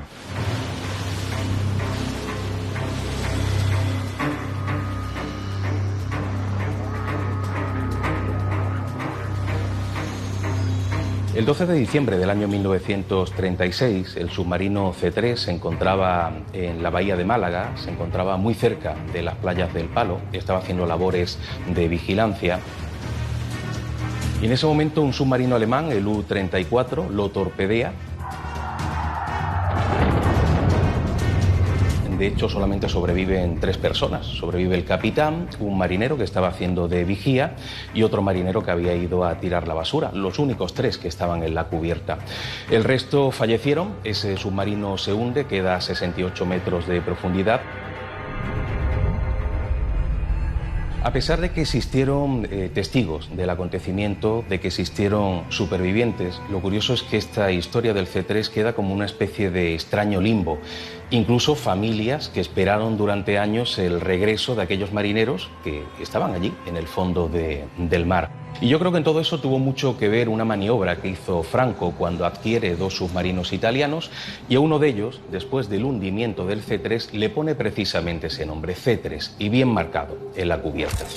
De hecho, eso sirvió pues para que por una parte no tuviera que reconocer Franco que había adquirido un submarino italiano y que pensaran que había sido de manufactura española, y luego algo muy importante dentro de esa propaganda política, que se pensara que el C3 no se había hundido, sino que había sido infiel a la República, había traicionado a la República y por lo tanto se había unido al bando nacional. En el año 1997, el abogado malagueño Antonio Checa, que era aficionado y es aficionado a la pesca, se encontraba en la zona donde ese submarino se encuentra hundido. Él no lo sabía. Tenía la sospecha, ¿no?, de que en ese entorno podía haber un submarino hundido, pero de pronto empieza a ver unas burbujas que aparecen desde el fondo del mar, que van subiendo. Él pensaba que eran burbujas de oxígeno, pero luego se da cuenta de que dejan una mancha en la superficie, con lo cual estaba claro que aquello era gasoil, que tenía que haber algo allí hundido. La historia del submarino C3 es una historia interesante. Yo llevo buceando 43 años y desde que empecé a bucear en 1977 ya se sabía que había un submarino. Lo que pasa es que nadie sabía dónde estaba. Entonces, pues alrededor del año 97 y después en el 98, pues un abogado malagueño, Checa, que era amigo, nos explicó, dice, hombre, es que yo sé dónde está el submarino C3 y lo que quiero es intentar comprobar que efectivamente es así. Tanto nos insistió que al final, junto con Pedro Argüello de Marinevisión y el barco nuestro, el Capitón, pues nos acercamos a la zona de aquí, de la bahía de Málaga, a la zona que él decía que podía estar el submarino. Nuestra primera sorpresa fue que efectivamente cuando llegamos a la zona que él decía que podía estar el submarino, nos encontramos que había unas manchas de gasoil en superficie que subían del fondo. Entonces dijimos, bueno, pues yo no sé si es el submarino, pero algo hay hundido ahí que echa gasoil. Fondeamos donde teníamos las marcas del submarino y pues echamos lo que era el ROP. Siempre mi trabajo en ese momento era de buzo de seguridad, porque como valía mucho dinero el ROP, y si se quedaba enganchado en algo había que bajar. Claro, estamos hablando que el año 97 y 68 metros, que nosotros en aquella época pues bajábamos con aire. Realmente no son submarinos, son unos vehículos porque no van tripulados, sino que son vehículos de operación remota, sus siglas en inglés ROV. Entonces esos aparatos que se han ido sofisticando mucho y prácticamente ahora casi toda la filmación y casi todas las expediciones se hacen con ROV. Entonces el día del submarino, lo que nosotros nos convencieron para que fuéramos allí, pero claro, había que llevar un barco porque los ROV de aquella época eran como 10 veces más grandes que los que hay ahora. 50%. Nuestra tecnología se basa en vehículos tripulados a control remoto en el entorno marítimo, ¿de acuerdo? Aquí tenemos un par de drones submarinos que son los que pensamos que son útiles para hacer esta inspección e investigación sobre el tema del submarino perdido en la bahía de Málaga, y queríamos que vierais cómo funciona.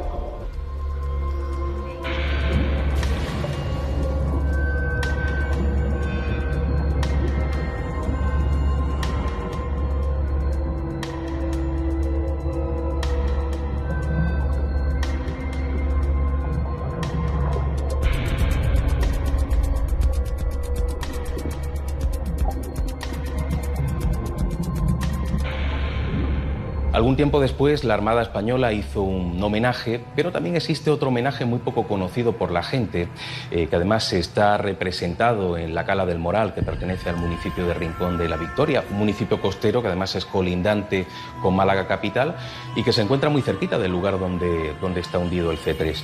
Bueno, ese homenaje es una pequeña placa que fue ubicada en ese lugar, en el propio paseo marítimo, y se hizo de una manera muy simbólica, en una fecha muy simbólica, el 12 de diciembre, en este caso del año 2018.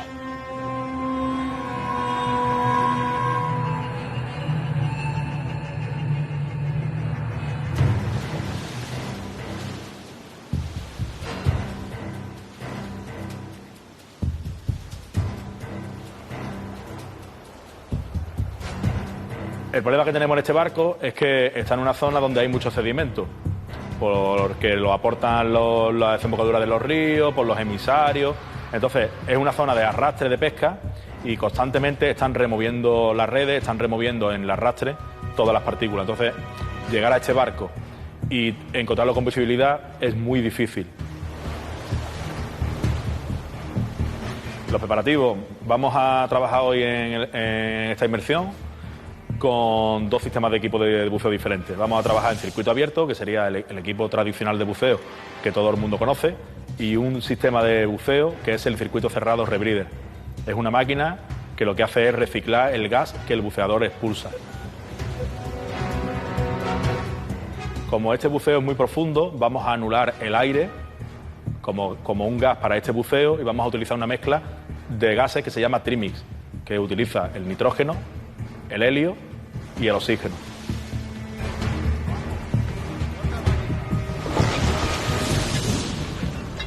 Nosotros cada vez que preparamos un buceo en el submarino C3 vamos con mucha gana porque es como si realizáramos un buceo en la historia. Pero sí que es verdad que estamos días antes, ya tenemos en la cabeza cómo se va a realizar la inmersión. Vamos a tener la posibilidad de hacerlo de forma segura, vamos a pillar el agua clara. Siempre tenemos una incertidumbre ahí que nos frena un montón, porque es un buceo que tiene mucho riesgo. El barco está entero cubierto en redes, entonces la posibilidad de enganche cuando estás en el fondo es muy fácil que puedas tener un enganche y tal. Entonces es un buceo muy extremo, pero también muy arriesgado.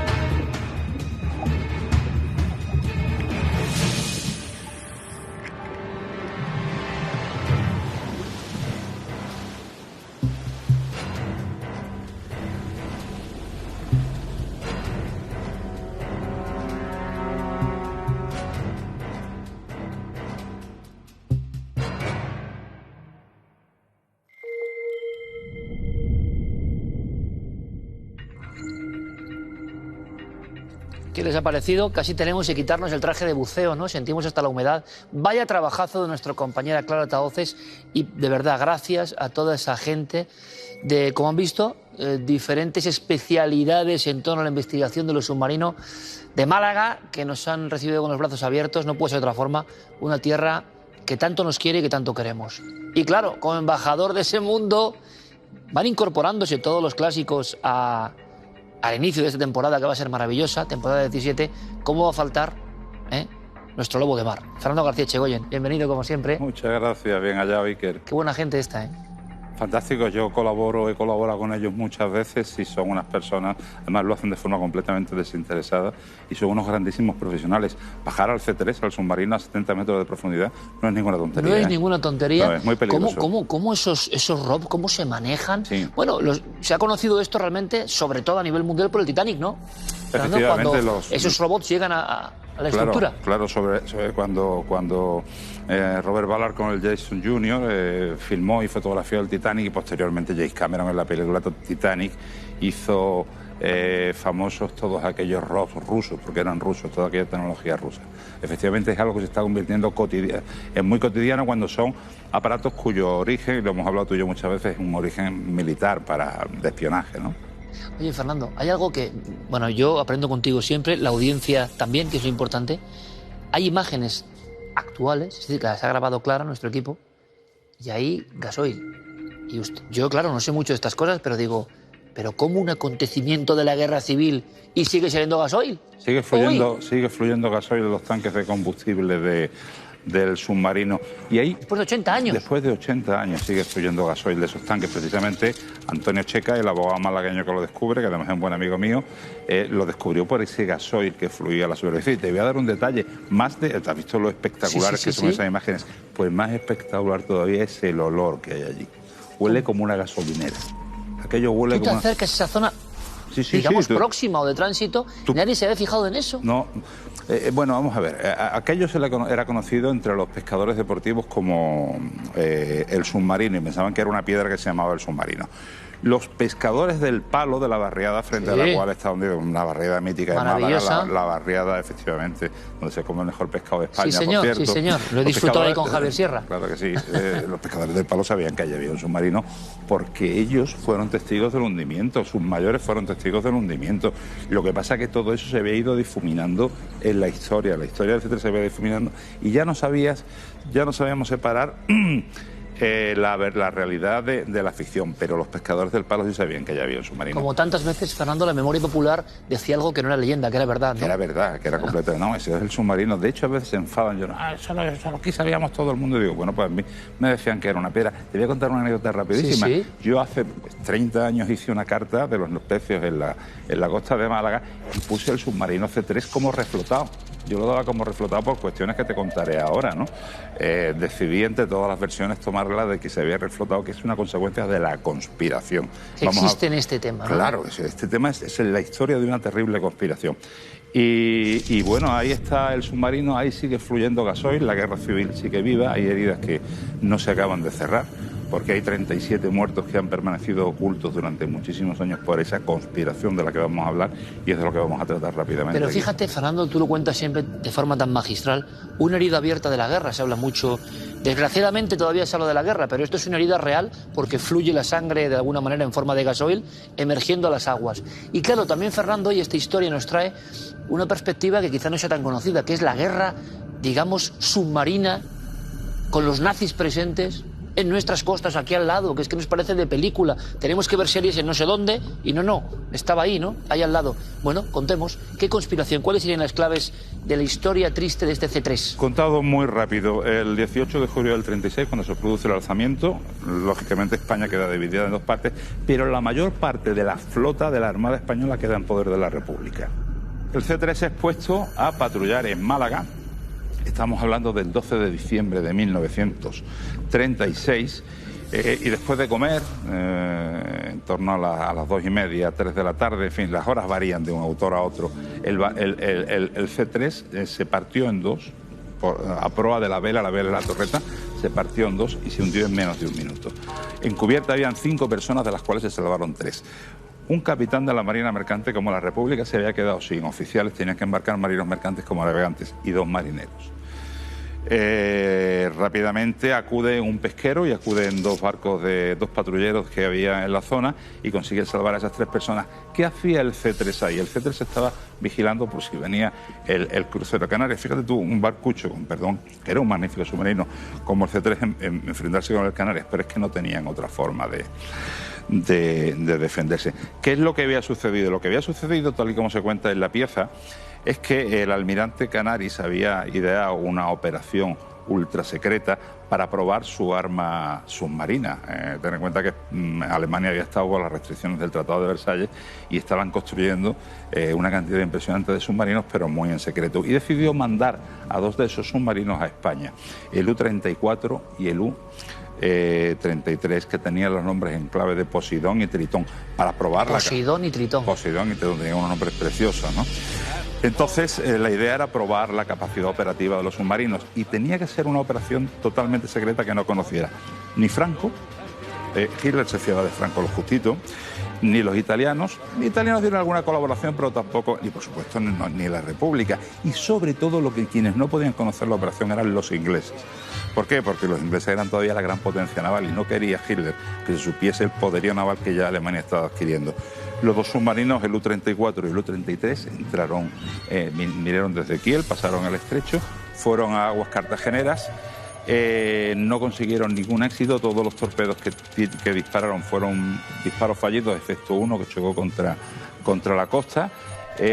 Los alemanes estaban un poco celosos de los italianos porque los italianos tenían otros 2 submarinos en la zona, el Arquímide y el Torricelli. O sea, que España, la costa, era... Sí, un enjambre de potencias bajo el agua, totalmente, enfrentándose. Y la costa era también un enjambre de chivatos, de observadores, de ojeadores. La guerra que se libró durante la Guerra Civil en la costa es la gran desconocida de la historia de la Guerra Civil y es apasionante. Los italianos, como te digo, tenían dos submarinos, con los cuales, con uno de ellos, le causan unos daños gravísimos a un crucero de la República, el Miguel de Cervantes. Vamos, gravísimos que lo dejan inoperativo toda la guerra. Y los alemanes estaban un tanto celosos. Total, que en la operación Úrsula, que es como recibe el nombre de la operación porque la hija del almirante Dennis se llamaba Úrsula, se da por concluida. Los alemanes no han conseguido ningún éxito y vuelven hacia Alemania. ¿Qué sucede? Que cuando están llegando a la zona de Málaga, un almirante alemán, que era el que dirigía el espionaje en España, que se llamaba Boehm, avisa al U-34 y le dice: ojo, tenemos un submarino de la clase C patrullando en Málaga. A por él. A por él. Entonces el comandante del U-34, Harald Grosse, le disparó al C-3 un torpedo. El C-3 se partió en 2 y hundió con el resultado que conocemos.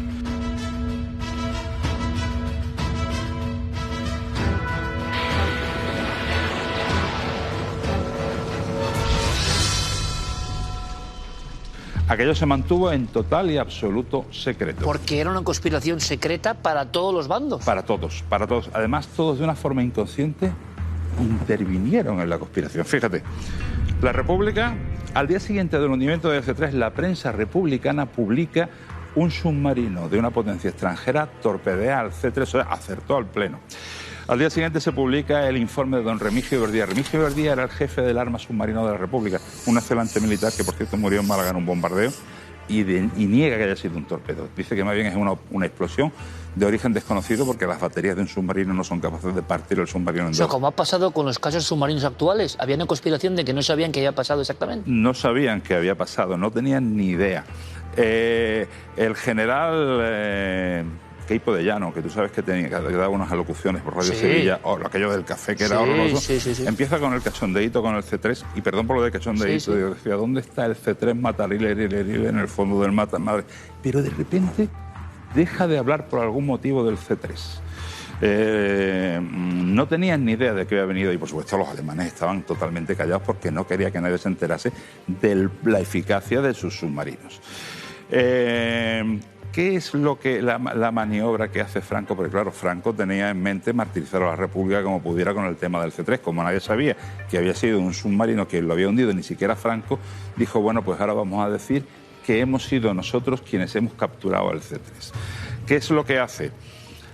esos dos submarinos italianos, el Torricelli y el Arquímide, que los compra Franco, los rebautiza con los nombres de General Mollis, el General Sanjurjo, le pinta en la torre a uno de ellos, en la vela, el numeral C3.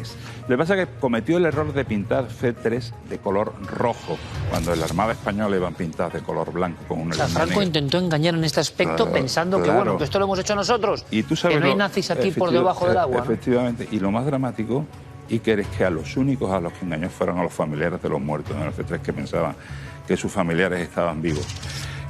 Cuando uno de los barcos... Los familiares pensaban que el C3 seguía operativo. Claro, porque la República tampoco lo desmentía, es que era una conspiración... O sea, nos suena mucho esto ahora, ¿no? Muy actual. En fin.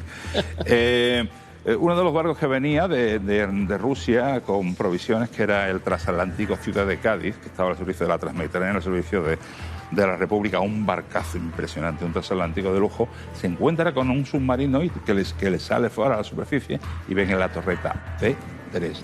Bueno, está vivo. Está vivo. Al barco, por cierto, lo hundieron, al Ciudad de Cádiz lo hundieron. Entonces corrió el rumor de que el C3 estaba a flote. Hasta que algunos ojeadores de la República lo consiguieron ver y dijeron, eso no es el C3, porque el C3, los submarinos de la clase C tenían una silueta muy especial y evidentemente el submarino italiano tenía otra silueta y aparte el color rojo de ese numeral de C3. ¿Qué sucedió? Que los alemanes se callaron para siempre, nunca más volvieron a hablar del tema. España no desmintió que que el C3 se había hundido, sino que seguían manteniendo que el C3 estaba a flote. La República estaba absolutamente desconcertada y el trasfondo de todo esto era el dolor de aquellas 37 familias que habían perdido a sus familiares bajo el mar.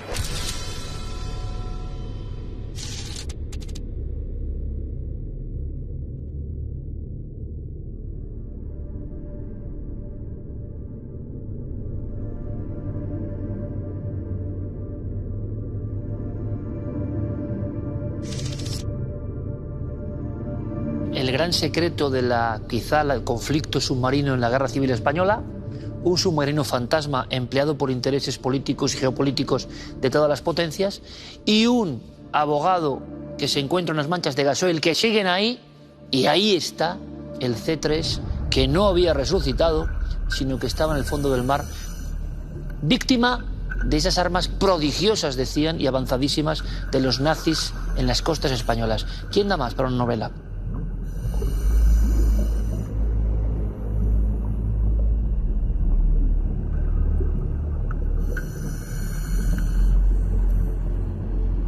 Hombre, el tema de los nazis, las costas y la guerra secreta submarina es otra historia que un día, si quieres, enfocaremos. Hablaremos de ella. Fíjate, quien saca a la luz toda esta historia ya falleció lamentablemente, un profesor norteamericano, Willard C. Frank, que probablemente ha sido el mayor erudito sobre la guerra civil en el mar. La guerra civil en el mar es impresionante y muy desconocida. Todavía está llena de misterios. Este hombre descubrió la conspiración del C3, pero es que fue a Alemania, a los archivos de militares alemanes, y habló con los veteranos de la Kriegsmarine de submarinos y no sabían nada de la operación Y ahí Úrsula. está Fernando, ahí abajo. Sí, señor. ¿A 60 y pico metros? Casi 70 metros. Hubo mucha controversia porque decían que había que reflotarlo. En fin, no tiene mucho sentido. Oye, Fernando, ¿cuántas cosas hay en la misma zona? Secretos sin... ¿En Málaga? Sí. En Málaga de momento hay 3 submarinos hundidos, que sepamos. Lo contaremos. Lo contaremos. Lobo de mar, Fernando García Echegoyen, nadie lo cuenta como él. La gente me dice, me encantaría haber tenido un maestro de historia como Fernando. Me lo dicen muchos, ¿eh? Me lo dicen muchos. Muchas personas me dicen, oye, si hubiera habido la elección de lo que sea, guerra civil o lo que ustedes quieran, o guerra mundial, o lo que quieran, pero contando por Fernando, no hubiéramos faltado nunca a clase. Yo tampoco, desde luego. Fernando, gracias, amigo. Gracias a ti, que como siempre. Hasta la próxima historia, que tenemos varias que ponen los pelos de punta, por cierto. Sí. Vamos a hablar un día de los Cristos del mar, que eso me encanta. Me encanta. Un tema precioso. Me encanta. Bueno, vamos con otras imágenes. Venga, vamos allá.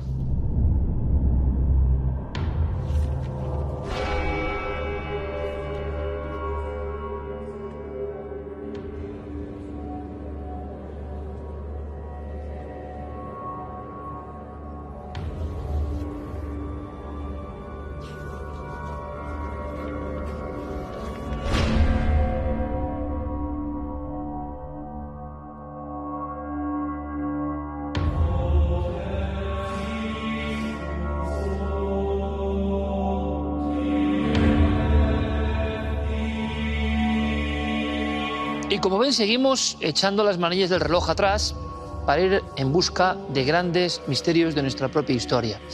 Lo hemos hecho ya con esta gran batalla nazi en las aguas de nuestras costas, pero vayámonos a Extremadura, en algunas aldeas concretas y en algunas poblaciones donde había incluso plazas fuertes de la Inquisición, que ahí estuvo muy activa. Vamos a descubrir la historia de los alumbrados e iluminados, de los que hemos hablado en alguna ocasión, pero aquí hay un condimento muy especial. Hubo subsectas, como siempre ocurre cuando hay una escisión, un grupo que por ideas filosóficas, religiosas o espirituales tiene un camino nuevo, pues luego hay raíces diferentes, algunas se radicalizan.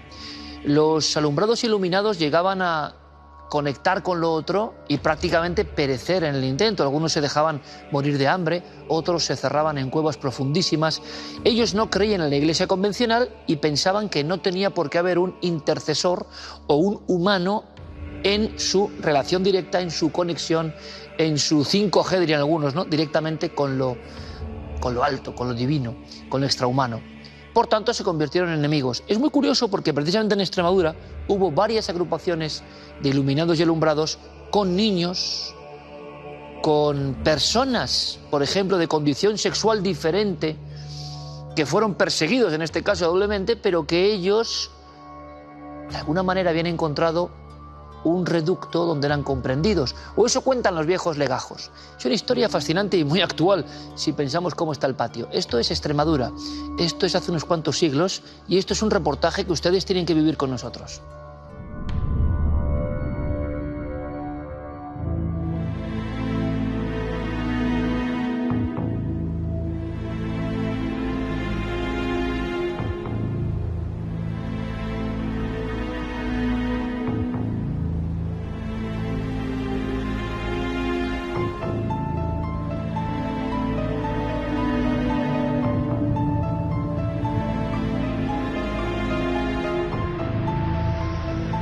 Encontramos en el Archivo Histórico Provincial de Cáceres, donde se han localizado un expediente de 1892 en el que hay unos legajos que narran unos sucesos extraordinarios que tuvieron lugar en la población de Ceclavín. ¿Quieres que los veamos? Estupendo, vamos.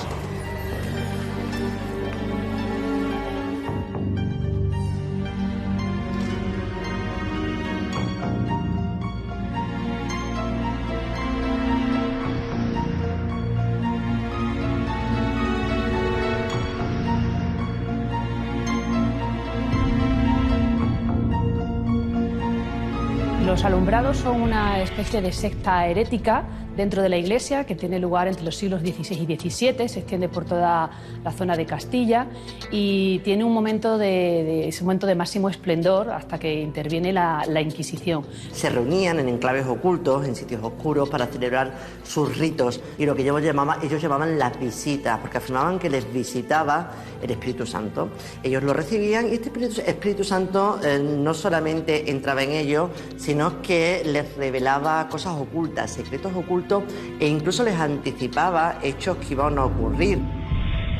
Este grupo de iluminados se revolcaba en sábanas blancas, se flagelaban, se azotaban y entraban pues, en una especie de éxtasis en los que podían ver el pasado, el presente oculto e incluso el futuro.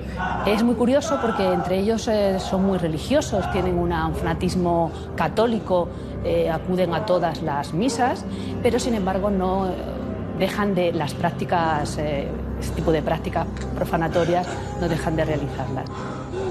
Durante todo este tiempo en Ceclavín va continuando esta práctica hasta que en un momento determinado surge de nuevo el movimiento de manera mucho más impulsiva, con un impulso mucho más fuerte, en 1892, a raíz de un hecho que tiene lugar, tiene que ver con la Virgen del Encinar, que es la patrona de Ceclavín. La cofradía de la Virgen del Encinar manda la imagen a ser restaurada en un taller de Madrid y cuando vuelve la imagen, cuando el pueblo va a recibirla, pues ve que la imagen ha cambiado completamente. El movimiento iluminista en Ceclavín, que fue realmente, estábamos ya hablando de principios del siglo XX, y estaba compuesto curiosamente por mujeres, Los hombres que lo formaban eran homosexuales y por niñas. Tuvo una especial relevancia una niña, Felisa de Sande, que decía que se le aparecía ya no solamente el Espíritu Santo, sino que recibía la visita de la misma Virgen. Empezó a armarse un revuelo grande en el pueblo porque empezó a tener muchos seguidores y la cosa se fue yendo de madre porque llegó un momento en que hasta 20 niñas del pueblo afirmaban que recibían estas visitas. Esta niña de repente cae en sucesivos estados de arrobamiento místico en los cuales empieza a decir que la imagen no es la que está de vuelta en el pueblo una vez que vuelve, sino que está en un convento, en una calle concreta en Madrid, y que el pueblo ha sufrido un cambio, básicamente un expolio.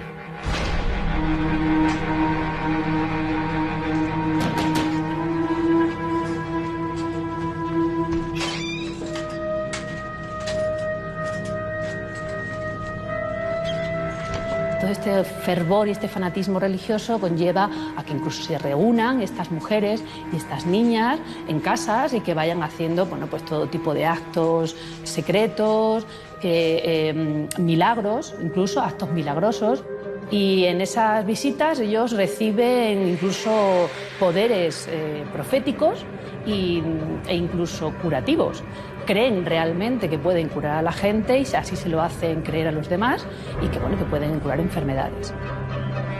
La gente empieza a confiar en ella, empiezan a manifestarse, a rezar el rosario por las noches, incluso llegan a procesionarla, la procesionan, la niña ya llega a unos extremos que ya hasta bendice agua pues, en las procesiones.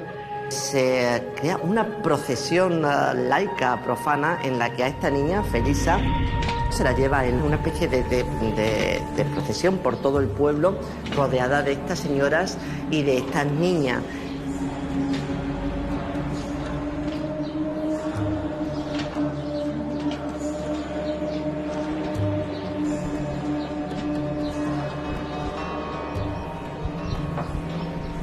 Felisa va bendiciendo el agua como si fuera una santa, como si fuera una virgen. Este agua se la toman estas señoras y afirman que algún extraño poder tenía porque cuando consumían este agua bendecida por Felisa, ellas entraban en una misteriosa felicidad que las inundaba enteras. Y era una parte más de estos rituales.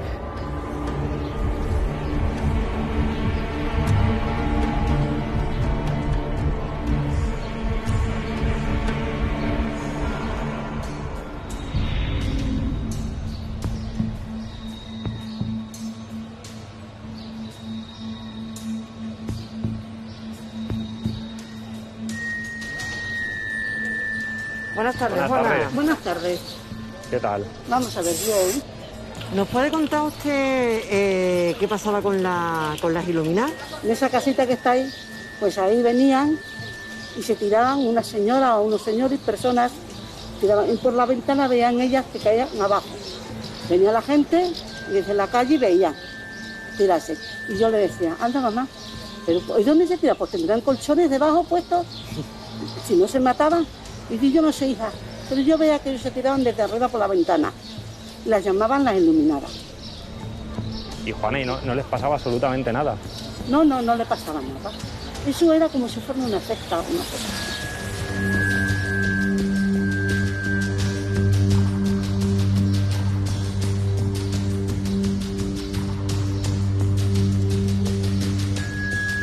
Claro, 20 niñas entrando en éxtasis, 20 niñas profetizando.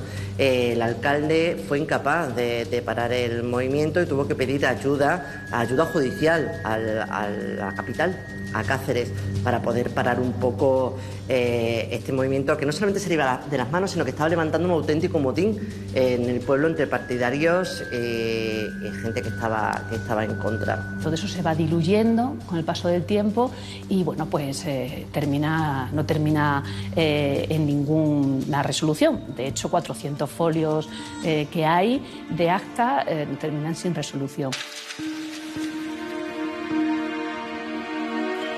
Y va parejo, es decir, se practican las detenciones, esto empieza a descender, a bajar la intensidad y todo indica que sigue soterradamente siendo un grupo de partidarios de las niñas en cuestión.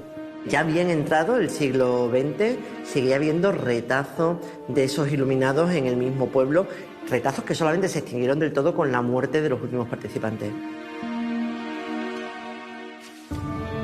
Pero realmente hace falta mucha fuerza y una vía judicial en la que acaba en un juicio bastante largo para que las cosas se aquieten en el pueblo, porque además, si no, yo estoy convencida de que si no llega a intervenir esta fuerza judicial y esta fuerza represiva, seguramente Ceclavín se hubiese convertido en el Garabandal extremeño antes de Garabandal.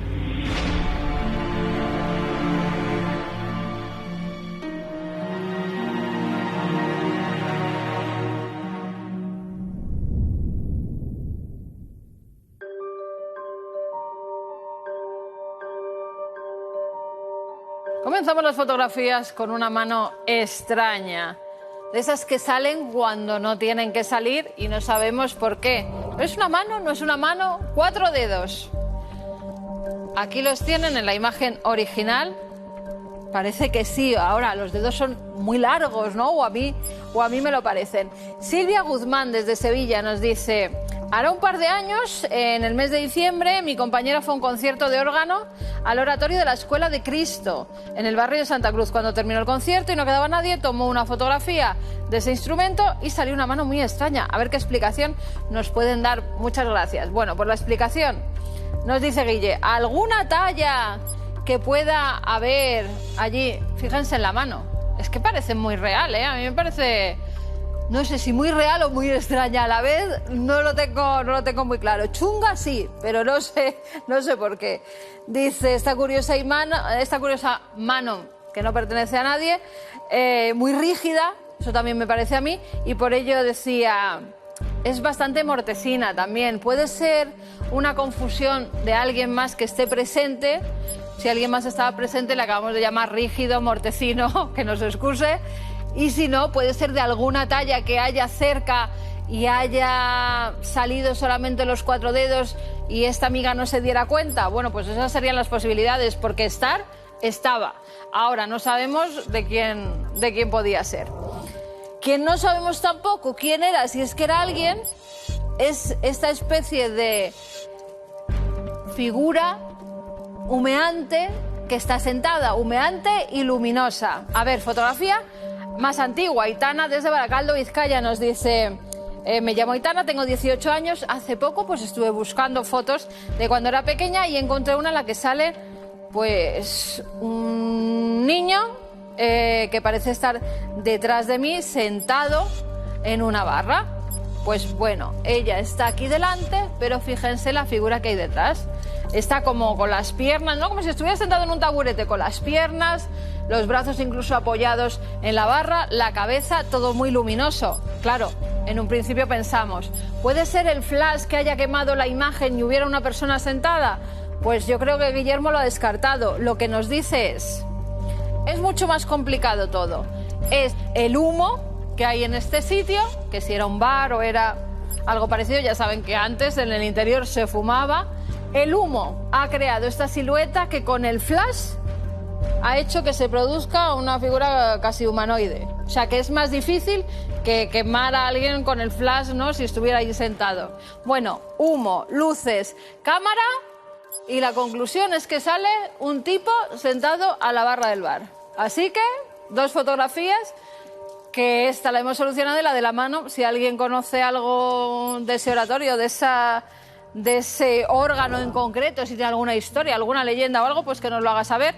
Y para eso hay varias vías de contacto donde nos pueden escribir. Ya saben, como siempre, nuestro correo electrónico cuartomilenio@4.com, nuestro teléfono de WhatsApp 683-144-183, y en las redes sociales nos dicen: yo he tocado ese órgano y es que estaba, vamos, lo pasé muy mal, me sentí fatal. O no, es un órgano completamente normal, lo que hay es una talla de un santo, de San Expedito, por ponerles algún santo, que nos den una solución si es que la tienen. Y si nos quieren enviar imágenes, ya lo saben, esas vías de contacto. Y como siempre, en las redes sociales, síganos, Nave del Misterio.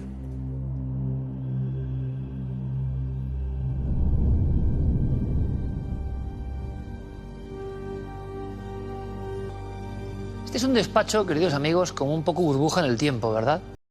Aunque estemos en televisión, si yo me pusiese aquí un micrófono, sería casi como una especie de crónica radiofónica. Y me van a permitir, yo creo que los medios se interconectan, que les hable de una historia de radio, y les voy a decir por qué. Bueno, a mí cuando empezamos en la tele, todo el mundo me dijo desde la radio una cosa, y también desde la televisión.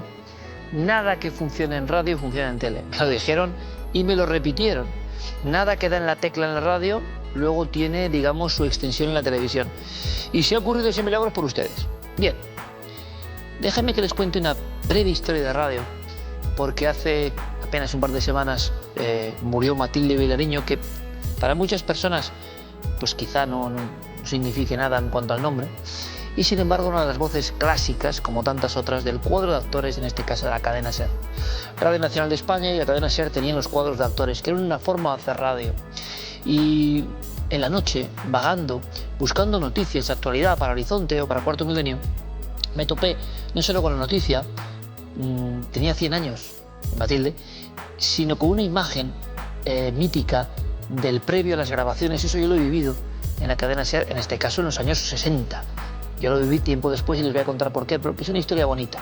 Verán, estamos subidos en un mundo donde todos los que, por ejemplo, como es nuestro caso, tenemos una productora o generamos contenidos, pues muchas veces, y les contaré yo 1000 cosas y se van a divertir mucho, cómo son las reuniones, en ocasiones, ahora ya casi siempre digitales, ¿no? Bueno, pues es un mundo como tienes que hablar de tus cosas, de tus productos, de tus programas, tus historias. Las gentes son más afables, menos afables, hay más conexión, menos. Y todo el mundo, me he dado cuenta, en estos 30 años de profesión, busca siempre el eureka, busca siempre el abracadabra, busca siempre la fórmula mágica que nos dé el éxito. Eso no ha cambiado nada, desde la época del cuadro de actores tampoco. Todo el mundo anda buscando, o andamos buscando, como es lógico, esa tecla que se toca y les llega a ustedes. Pero eso está muy lejano. Ustedes son soberanos y nunca queda claro por qué ustedes cambian de gusto, no cambian de gusto, les gusta más esto o lo otro. Y verán, he observado en las muchísimas reuniones que he tenido en estos meses que hay muchas verdades, ¿no? En cuanto a lo que funciona, lo que no, lo que... También me acordaba de que en ocasiones te dicen lo que les decía antes, que esto no va a funcionar. ¿Por qué? Porque es radio. O gente que dice lo que es la buena tele, la mala tele, la buena radio y la mala radio. Yo no tengo esa idea. Verán, cuando hace 20 años, nosotros entramos en la cadena SER, yo tenía clara una cosa. ¿Por qué? Porque en mi infancia y juventud se habían quedado en mis neuronas una serie de experiencias, ¿no? Sensoriales puramente. He recordado aquí alguna vez el programa Miedo, Radio Nacional de España, con la voz de José María del Río, que es una de las voces de Cuarto Milenio. ¿Por qué quería tener yo a José María del Río en muchos de los reportajes? Y hace años que contamos con él. No solo por ser la voz de Cosmos y los documentales, sino porque en la noche eterna de la radio, en la madrugada de la radio de los años 80, que era una madrugada diferente, donde uno entre las sábanas se ponía unos auriculares, Miedo y, madre mía, La vieja higuera, u otros sucesos me ponían los pelos de punta. Y yo cuando llegué a la SER dije, ¿qué ha sido del cuadro de actores? ¿Y saben lo que me dijeron? Rancio, no le interesa a nadie, los jóvenes no quieren. Y esto es algo que oigo ahora también, ¿no? Los jóvenes no quieren. ¿Dónde están los jóvenes? Los jóvenes. Oiga, hay que ser joven de espíritu. Los jóvenes, ¿qué quieren? ¿Qué piensan? Entonces se toman decisiones a veces que rozan el ridículo, el absurdo, ¿no? ¿Para contentar a quién? Los jóvenes son muy listos y ya saben ellos cómo guiarse. Y a veces lo que no escucharon porque pensaban que no era para ellos es lo que les interesaba. Cuando nosotros llegamos a la SER, se llevaban unos 25 años, 22 años, sin hacer realmente dramatizaciones de terror en la radio. Dramatizaciones me refiero porque podía haber profesionales que hacían sus relatos, lo que tú quieras. Pero grupo de actores, con guión organizado, con efectos sonoros y hablando diferentes actores en una escena que lo que yo venía a decir es que el elemento de diferenciación es que tenía que ser real. Y esta historia, queridos amigos, que os cuento porque han pasado 20 años, es de las más bonitas que me han pasado en la vida y que también te dicen cuánto de farándula hay en todos los que piensan que va a triunfar y que no, cuando las cosas luego son mucho más naturales, ¿no? Resulta que me insistían en la directiva de aquel momento que a ver qué locura era esa de volver a convocar a los actores. Si es que no había actores ya en la radio. ¿Por qué? Porque a nadie le interesaban los seriales de la radio. Pero yo pensé que como niño y joven impactado por eso, tenía que poner eso en marcha. Y nos cabe el orgullo, junto al gran Mariano Revilla, de empezar a convocar casi de forma clandestina, que historia tan bonita, a algunos de los grandes, Romero Marchán, Paco Barrero, Rosa María Belda. Les hablo de voces de los 60. Y empezamos a hacer historias. Y yo hice decenas de historias todos los primeros años, que he guionizado muy poco en mi vida, pero intentaba hacer como un relato, y me parecía maravilloso luego ver que mis palabras, mis diálogos, los dos guardias civiles que entran en los Galindos, el padre con la niña de Vallecas, tantas y tantas historias que contamos, que tenían ese sustrato real, ese sustrato auténtico, luego como eran interpretadas por estos artistas. Cristóbal Colón, el prisionero de Auschwitz, el descubridor de Tartessos, el descubridor de Troya. Contamos todo lo que se puedan imaginar con esas historias. Y les voy a contar algo muy bonito, porque yo creo que es homenaje a esta especie que ha desaparecido realmente con la muerte de Vilariño. Es algo que llevo en el corazón. No había mucho dinero, pero de repente, me lo contaban, en la SER se formaban colas de actores.